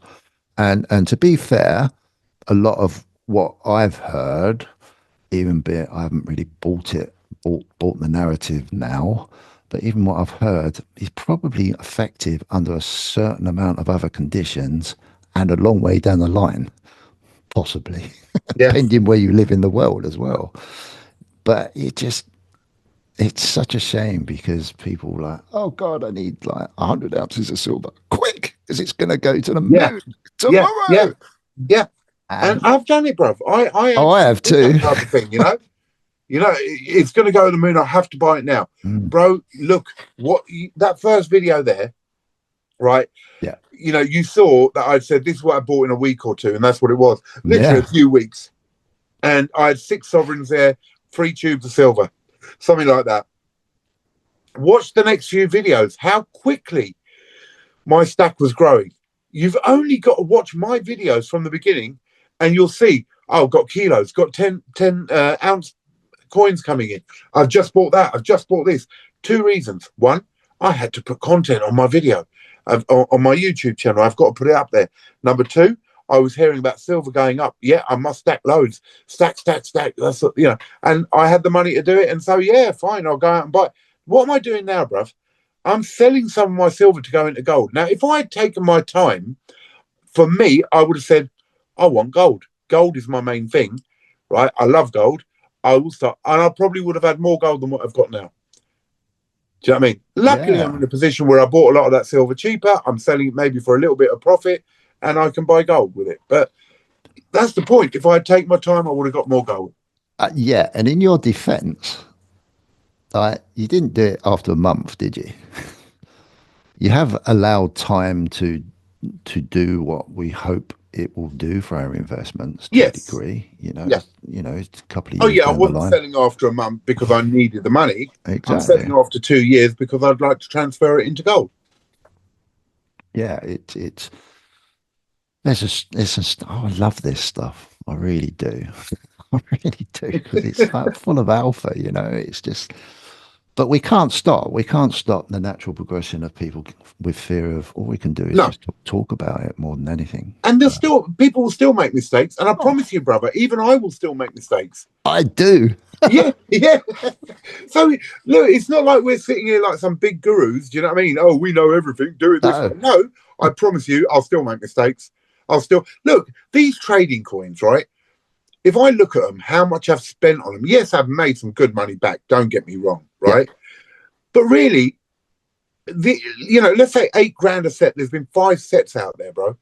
Yeah. That's £40,000. I could have just bought gold. Yeah. £40,000 worth of gold. Have I got £40,000 worth of coins out of it? No way in the world. All right, 20,000 I sold, and each set is worth, let's say, 2.5 grand. 5 sets, that's 12,500. 32,500. I spent 40. Yeah. Right. So 7.5 grand loss, bruv, for a collectible thing because I wanted it. Right. Luckily, I'm in a position to do it. A lot of people won't be able to, but they will still spend that money because it's addictive. Yeah. And that's what you've got to be careful of. This shit is addictive, right? That's cool. That's a great subject to come on to. Why do you think it's addictive? What is it about? We just talk about silver, really. Why Because silver? it's the same thing about why a lot of women are addicted to shopping, bruv. Right? It's the same thing. Your pheromones, your releases of the chemicals in your brain gives you that buzz every time you open that package that comes through your door with a bit of gold and silver in it. And that keeps you going. That's that buzz.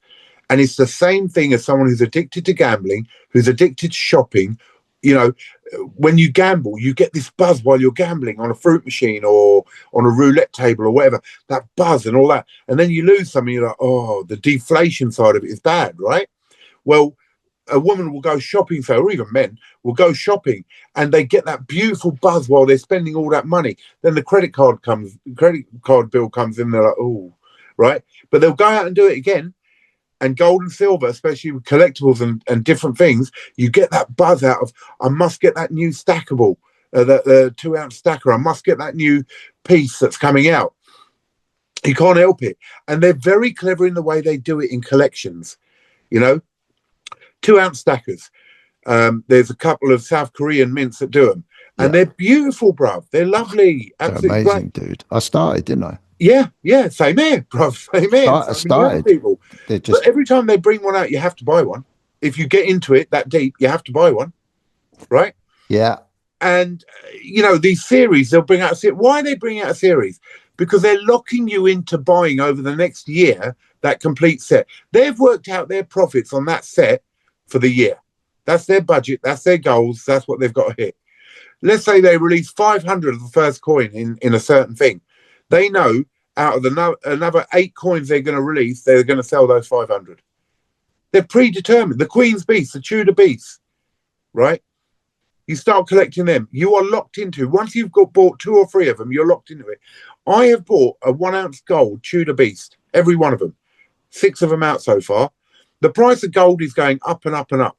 Let's say by the time it comes to that 10th coin, the last one, the price of gold is £5,000 an ounce. Will I buy it? Of course I will, because I've got bloody 9 of them, and that's the last one to complete the set. I might not be able to afford £5,000 for the damn thing, but I'll buy it. I've completed my set. You know what I mean? You understand my point? Yeah, of course I do. It's bananas, dude. It's that rush that you get from it. It's bananas. And you know what I was doing, because you was the source of the source of supplying it. You were the dealer. You was my dealer. But it's interesting, really, because I am, you know, I like my art and, you know, all that sort of stuff, and I got captivated by it. I've got an addictive personality anyway, you know, and when you've got money, whatever your currency, fiat, whatever, you have this, I don't know, sometimes for me, it was just like, oh, just exactly what you just said, buying it for the sake of it because I had the others. Yeah. What stopped me was the continued education on finance. Yeah. What really put, and this is why I try to incorporate this in my messages. You know, I know it's not gonna stop everybody, but it's so important because for me, and you've mentioned it during your chats today, all of a sudden you think to yourself, oh, am I getting real value out of this? Yeah. You know, I've worked hard. Whatever you're doing to get your money in life, if you see outside of price as value, then all of a sudden you start to see, what do I want to transfer that into? Yeah. And that has stopped me. It hasn't stopped me totally. I still get that buzz. I still get that, oh my God, I want that. I want this. You know, but it does hold me back a little bit because, like, I go shopping now, go out with my wife shopping, and I'm always thinking, what's that in its true value, and is it really necessary? And if I want to transfer that value, how I've earned it, into something that's going to hold that value, what's the best way of doing it? And that just checks me back. Doesn't work all the time, I must admit, because you've got to have a bit of fun.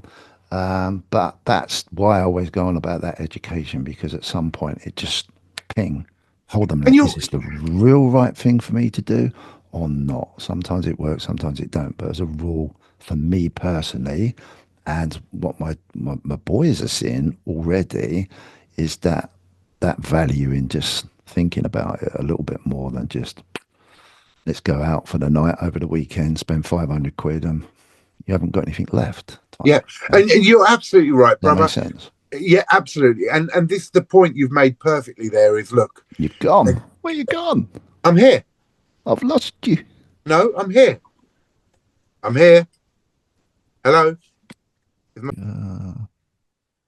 We are back. Slight little interlude there. a little bit of a breakdown in technology. But yeah, we'll start again. The only problem is I was chatting away like a good one. I don't know where I was. What I was talking I know. about. Well, it's taken us 10 minutes to sort this out. So I've forgotten as well. Yeah, come on, Andy. Think. You was talking about, I have no idea. Oh my God. Well, the mistakes we've made, I think, and you know, how we've changed in our collecting ways or stacking ways and going back and forwards and watching YouTubes and, oh my God. The value of fear of missing out and all this sort of stuff. Yeah. Yeah, it's massive, mate. It really is, and you can very quickly, without a true depth bit of, I know it's boring. People must think, oh, for God's sake, why? Let me just change my name. It's a bit too late for that, but hey ho. Don't particularly want my surname on there, but hey ho. It doesn't matter. Yeah, bloody hell, Andy's going on about it again and again and again. And I get it. A lot of young people, a lot of people can't be bothered or they haven't got enough time, but it saves you frigging money.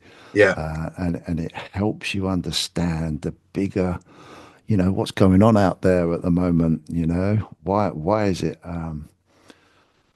Why is it? I don't know. I was talking the other day about the football pools. Do you remember the football pools? I do. Yeah. And there was Vernon's, wasn't there? And Yeah. spot the ball.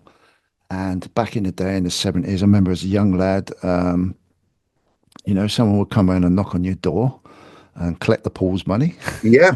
Yeah. You have to try and get all these score draws, or the spot the ball was put an X where the ball was supposed to be and never really got it. But, back then, I, I, from memory, mate, I think that the Little Woods pools, it was like 100 grand. Right. Was It was was a lot of money. Yeah, but to put that £100,000 into context was that houses then, probably a three-bedroom house standard, 2.5 grand, 2.7 Yeah. back in the 70s. Yeah. £100,000, hell of a lot of money. Hell of a lot of money. How many houses could you buy for that? Yeah. Bloody loads. Fast forward 50 years, roughly, How 100 many grand houses to can you buy 100 for? grand today. You basically, I won't swear, but you're knackered. Yeah. Absolutely Yeah. knackered. Yeah. Yeah. And, that should, you've got now the lottery now. I think someone said the Little Balls is still around now. It's still out there, but I don't know. But now you've got the lottery, which is millions, and you need millions to buy the equivalent of today's house prices. you know, what's happened there? That's got to trigger something in your mind to actually think. I remember always people used to say, oh, it's inflation, it's this, it's that. And you just didn't take any notice of it. It was just, that's part of life. Yeah. That's part of life.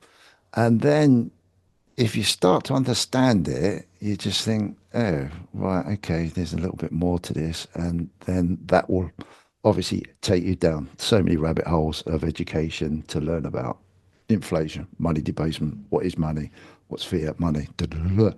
But I'm going off in a tangent. But that education helps in that fear of missing out if you're investing, because you get a better understanding of the value of what you're trying to invest in and the reasons why you're trying to invest. If that makes sense, does that make sense? Yeah, absolutely. But look, it's just trying not to get sidetracked. And as I say, it depends on where you are and what you're doing. Hmm. If you want to collect certain things, you got the money for it, you get sidetracked, you do it, it's fine. If you're not in that position and you get sidetracked, it's not fine. So setting up what your goals are and then sticking by that is the most important thing. And educating yourself, yeah, absolutely, because that will tell you where you want to go. And I remember part of the conversation from last time you said about, you still got to have a bit of fun. I think that's really important as well, bruv, because if you just totally do what you're doing, sometimes it can get a bit demoralizing or boring.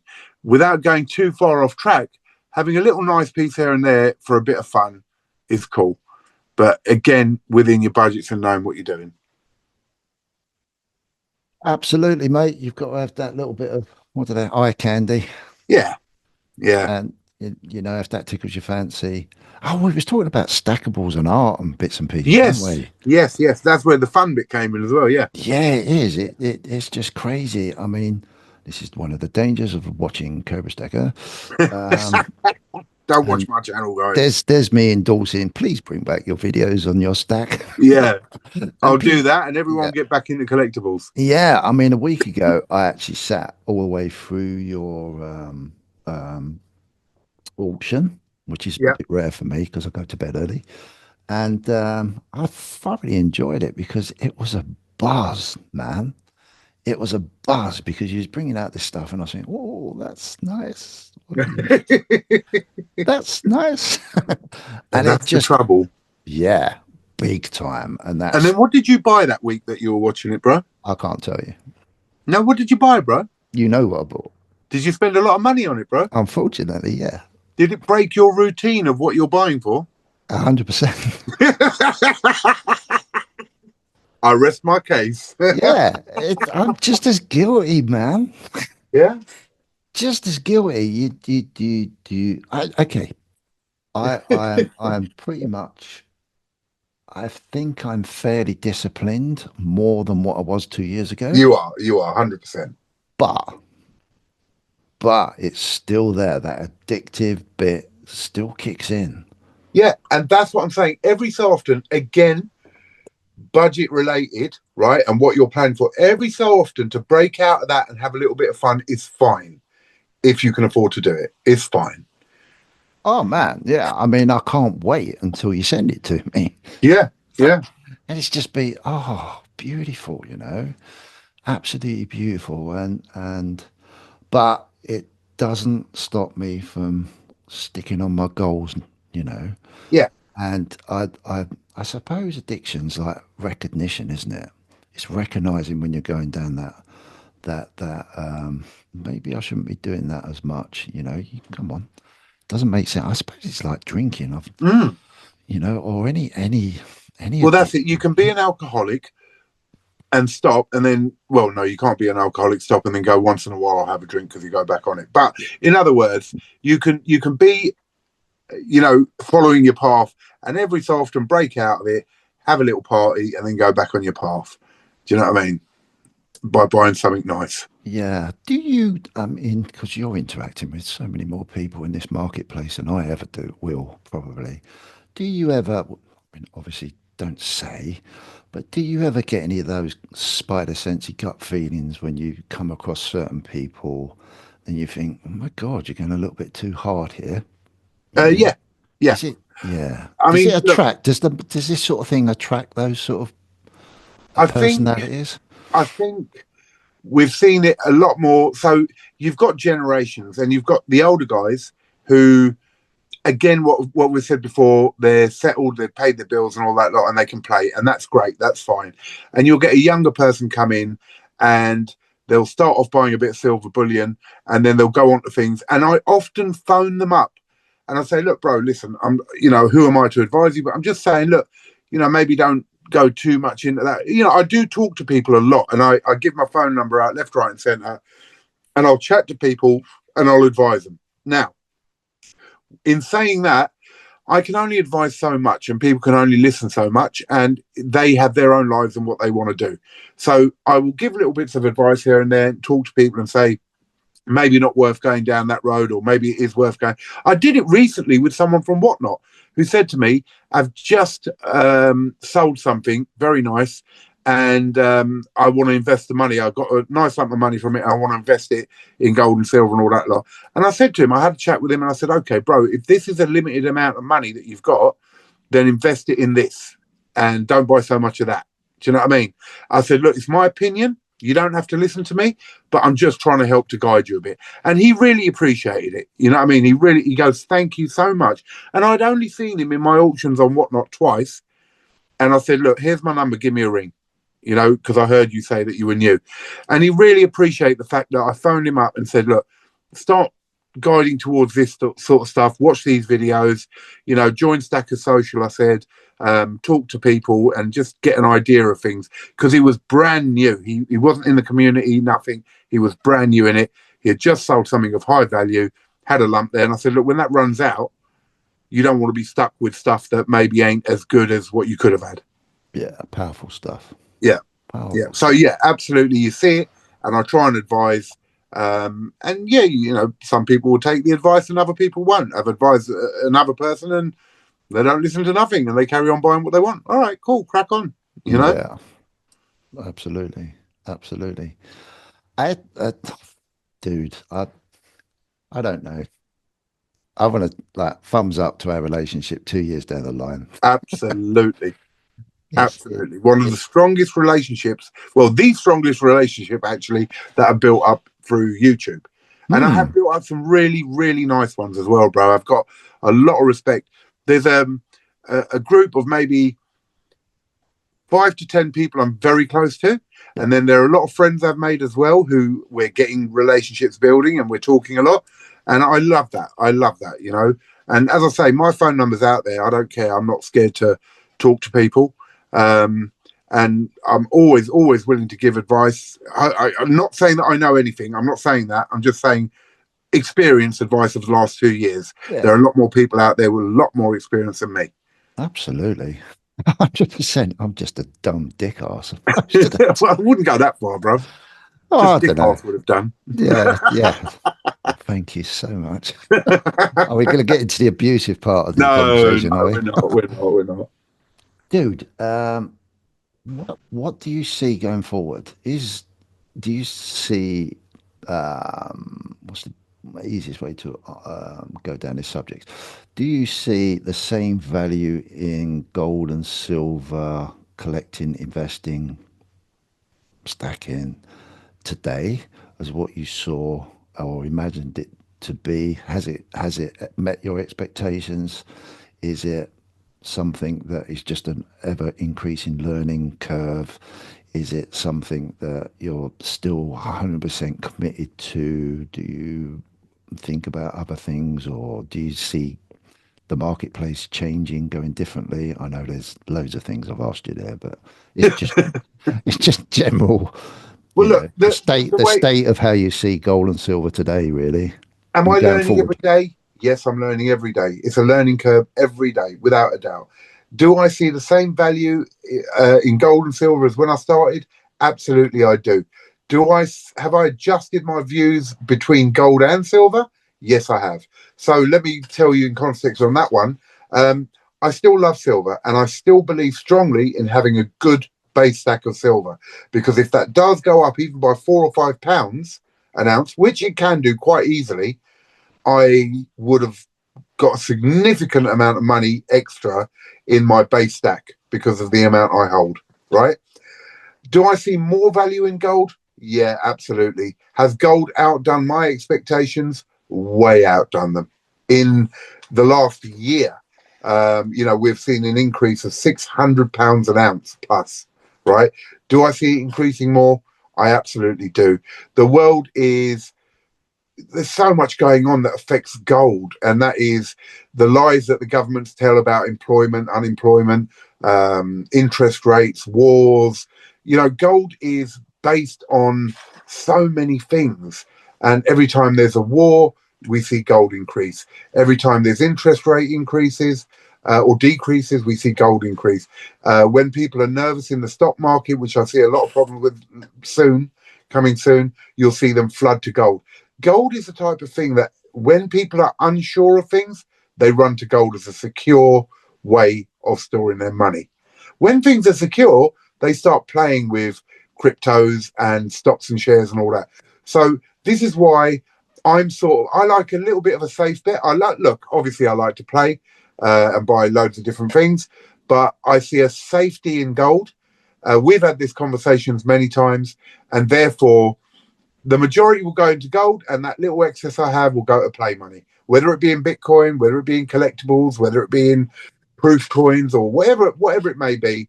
I'll play with that money, but there's always a certain amount which is just going straight into gold.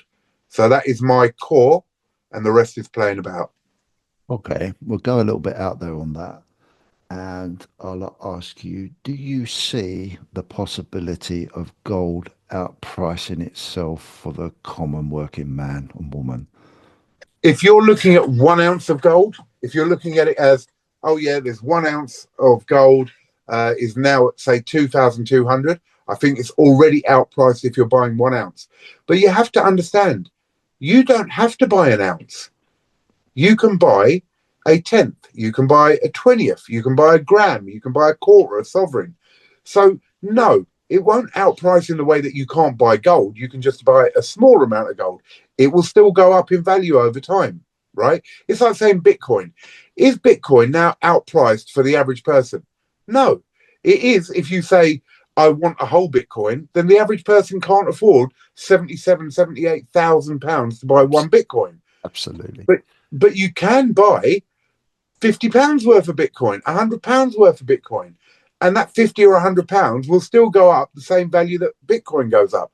So I don't understand that sentence of, is it outpriced for the common man? No, because you can buy smaller quantities, which is within your budget. You know, a 1 gram will cost you approximately, going by what the spot rate is and all the rest of it, 80 to £90, let's say. Can the average person afford that? Yeah, absolutely. I Someone hope with a so. bit more money a month can afford to buy a quarter a month, you know, at £580, or a sovereign at £540, say, whatever the price may be. But, you know, no, it's not outpriced. But yes, it is rising. And yes, it's probably outpriced on an ounce. If I said to you, how much is a kilo of gold right now? Oh, £75,000. Well, is that outpriced for me? Yeah, it's outpriced for me. But gold is not outpriced for me. Yeah, it's great. It's the same. It's a similar. This is education. You see, this is why I asked the question. It's a lot of people get hung up on the one Bitcoin, the 1 ounce of gold, the silver's slightly more affordable, but it's great because you just said what I was going to say. If you didn't say it, you can buy a tenner's worth of Bitcoin. You could, Yeah, buy a small fraction. I think it comes down to like 20th. You can buy a 20th. Is it a yeah, 20th? You buy fractions of the stuff, and if you do your homework and you believe that the value of whatever's going to go up and beat inflation and money depart. I'm not going to go there today. yeah, Then it's don't. It's all up in the head, you know. yes, And it's this is again. It's when you're getting into your journey, you're looking at people and they're showing off these bloody sovereigns and I'm guilty of it to a degree. And people say 1 ounce, and you get sucked into that. I've got yeah. that. If I can't have that, then I can't. What's the What's the point? point? What's the point? Yeah, What's the point? Well, you just explained it brilliantly. The point is, you can still buy gold. yes, You can yes, still buy it. yeah, Yeah. Some people got in you know, I, I, another interesting thing. Some people say, "Oh, you're lucky. You've bought it," and I say, "Well, you're lucky because you're 20 fucking years younger than yeah, me. yeah, absolutely. 30 years younger than me. You Start could now. possibly Yeah, have more than I've ever thought of, whatever in value." yeah, So excuse the language, but this comes across authentically like that. But it's horses for courses. You get in when you can get in. that's right. You And you know, put in the amount you can put in. If yeah, it goes up by 10%, whatever you've put in has gone up by 10%. It doesn't 100%. matter whether you've got a Bitcoin or a tenth of a Bitcoin, or an ounce of gold, or a tenth of an ounce of gold. It's all relative. Yeah, yeah. It's all relative. But Still goes up by the same value. if you haven't bothered, Then it won't go up by nothing. well, it will do, but Yeah, it's not you of won't benefit to get it. you. Yeah, yeah, So yeah, great. Yeah, it's interesting, isn't it? It's that's a really, really, really great point. yeah. Which is why I say it's never the wrong time to get in as such. No. It's all about budgeting what you can afford to put into it. Do you know what I mean? Mm, You know, gold is at an all-time high now of £2,211. Would I say to someone, don't buy no gold? I would say, absolutely not. Buy it. It yeah. may drop and then you can buy some more at that drop price. Then it will go up over this price and then you can buy some more, and just keep buying regularly, slowly, at your pace. It's well, yeah. Well, it's the alpha of alpha, really. Yeah. As long as we can get over ourselves, get our heads out of our backside sometimes, So it's cool because we do compare, don't we? Yeah. We live in a comparison. Oh God, someone's just bought a new car. I need, Yeah. I want a new car. Oh, someone's got an ounce of gold. Oh, I want an ounce of gold. Yeah. Get out of that headspace. It's mad. It's 100% mad. get out of that headspace. And to be fair, what I've observed in the community, there's more of that coming out now. Mm. Which I think is very healthy. Probably wasn't around back in the day so much. I don't know. It was all about, oh, look what I've got, Yeah, yeah, rather than the, oh, this is what you could have. You yeah. know. It's really, look, you know, I say it all the time. I'll say it again, and it is repetitive, but do not compare yourself to anyone else. Just do what you're doing, and you'll see the growth. You know, I say to my son, he's 28 years old, he's got 3 kids, and I'm trying to get him into this. And he does a little bit, and then obviously he can't afford a bit. And all that. And I say, don't worry about it. He goes, yeah, but look how much you've got, and I want to get to that. Well, yeah, I've done it at 54 years old. You know what I mean? You're 28 years old. You will get there. Just buy a little bit as you can afford it. You don't even have to do it every month if one month you're having a bad month. But once you get it, don't sell it. Hold it. I can't disagree more. And the thing is, I suppose we'll probably look back. Oh, I don't know. I'll probably be in a box by then. But people look back at these videos and just go, "Oh God, yeah, I really see what they said now." Um, and I think some people will it will resonate Yeah. and they will get in. Now, some people won't be ready for that. No. And again, it's their time. It's their time. Exactly, You know, when exactly. it's right for them. And I hope so, bro. I really do hope there's someone who's maybe 30 years old who's watched my videos or your videos or any of the creators' videos and got some useful information and started doing something. And I hope in 20 years' time they're sitting there with a lovely, lovely stack of gold and silver, and they go, "I used to watch Cobra Sid back in the day, and he's the one who sort of I listened to and watched, or Andy or whoever it may be, Yeah. and it influenced me to do this. And now look at the position I'm in. I'd love that. I mean, as you said, we won't be around to see it, but I would love that, bruv. I'd love to know that I had some way influenced someone to do something to help themselves in their latter life. Yeah, and I think you do. I think we all do. You know, I think Yeah. we forget that sometimes. Um, it's a strange old one really, but we can only do what we can do. So Yeah. anyway, going forward, what can we expect from the Cobra Stackers Den going Well, you forward? can 100% expect at least one video a week. Right, that's my New Year's resolution. Hey, Right, cool. I'm not going to say I'm going to do 3 videos a week and all, because I just don't have the time. But I promise you, I will put out one video a week at least. All right, that's number one. Number two, hopefully you'll see a website setting up soon. You'll see me getting into an office. I might do some videos on that, and people will be able to visit the office and see some pieces and maybe buy some pieces or come and do interviews and chats and all that, which will be lovely, right? So I'd like to have an office space where I can film properly, I can run the business, because it is now a business, and have more space and more time to do all that lot. So that will be a big thing, a major change this year. And you can expect me to be buying more gold. Cool. What about I'll silver? definitely be doing that. Gonna knock the silver on the head now? No, No. no, absolutely not. Um, Gold investment wise is the first thing. So let's say in a month I had £500 spare, right? Whatever the amount, it doesn't matter. I would probably put about 300 of that into gold and 200 into silver.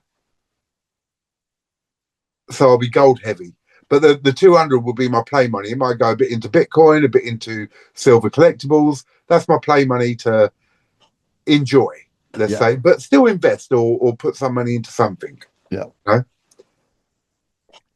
So yeah. And we haven't gone to the Berlin Money Fair yet, obviously. That's only what? Is it 2 weeks away? 2 weeks, couple of weeks away. What do you think you will? This might be a bit unfair because you might already know. Do you think what do you think will be the new 2025 innovation technique or whatever, if anything? Do you think there'll be anything? I really, you say you might know. No, I don't actually. I mean, Okay. look, I see some amazing pieces coming out, and I get a heads up on them, months before it comes out because of what I do. but there's no new innovation I've seen coming up, which I'm like really excited about. So, number one, I'm looking forward to this show to see the changes that have happened from last year to this year, to see, as you said, what innovations there are and what new things they're coming out with. We will get to see some pieces which are going to be released later in the year. So I'm looking forward to that. I'm looking forward to linking up with some more mints, some more wholesalers and all that, and broadening that spectrum to be able to bring more in. And I'm looking forward to meeting a lot of people in our community. So there's loads of reasons for being there, which I'm really excited about. Do I know what's coming? No idea. Am I excited to find out? 100%. Yeah, you've hit the nail on the head with one of those points there. It's interesting because it's just not me and you going, is it? No, This time. no. There's Well, quite a few going. I think at the moment the count is probably around 10 or 12 people out of our community, which Really? is amazing. Absolutely amazing. Yeah. That's down to you, really. No, it's not. It's down to all of us. No, sorry, I don't mean it's not down to all of us. I know that, but you talk about it a lot and you've um, expressed a lot of it on your videos. It's powerful stuff. It's really cool. And look at that knock-on effect. It's great. Thank you. Yeah, for sure. I mean, I know when we went last year, I filmed quite a bit of it and I put some videos out, and a lot of people commented about it saying, I am definitely going next year. So, yeah, I suppose there's been an influence there with that.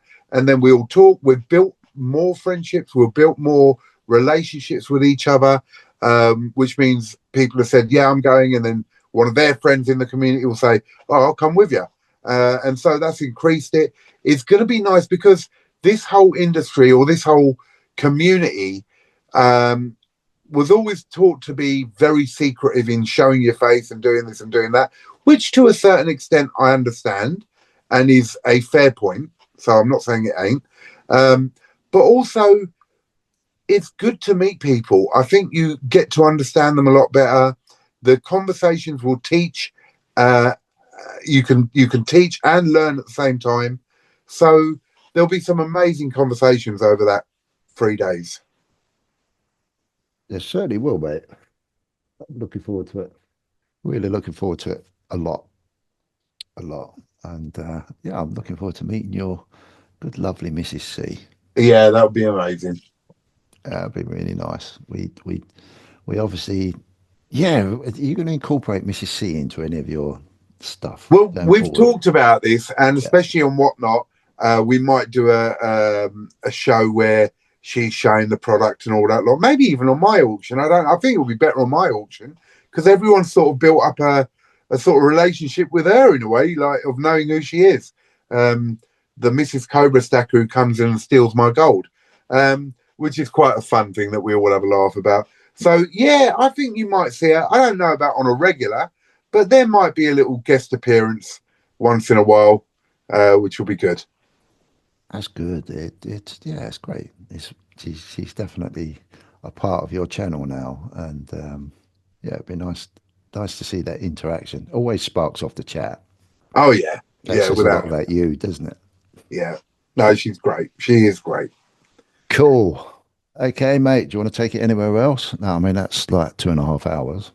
It's No, long. I think we've really had a good chat and really caught up with what's been going on, which is great. But 100%. I do want to say I think we should get back to doing this at some sort of regularity sort of thing. So maybe every couple of weeks or something. We've got to have more of these. I thoroughly enjoy them, and we have some deep conversations about different things.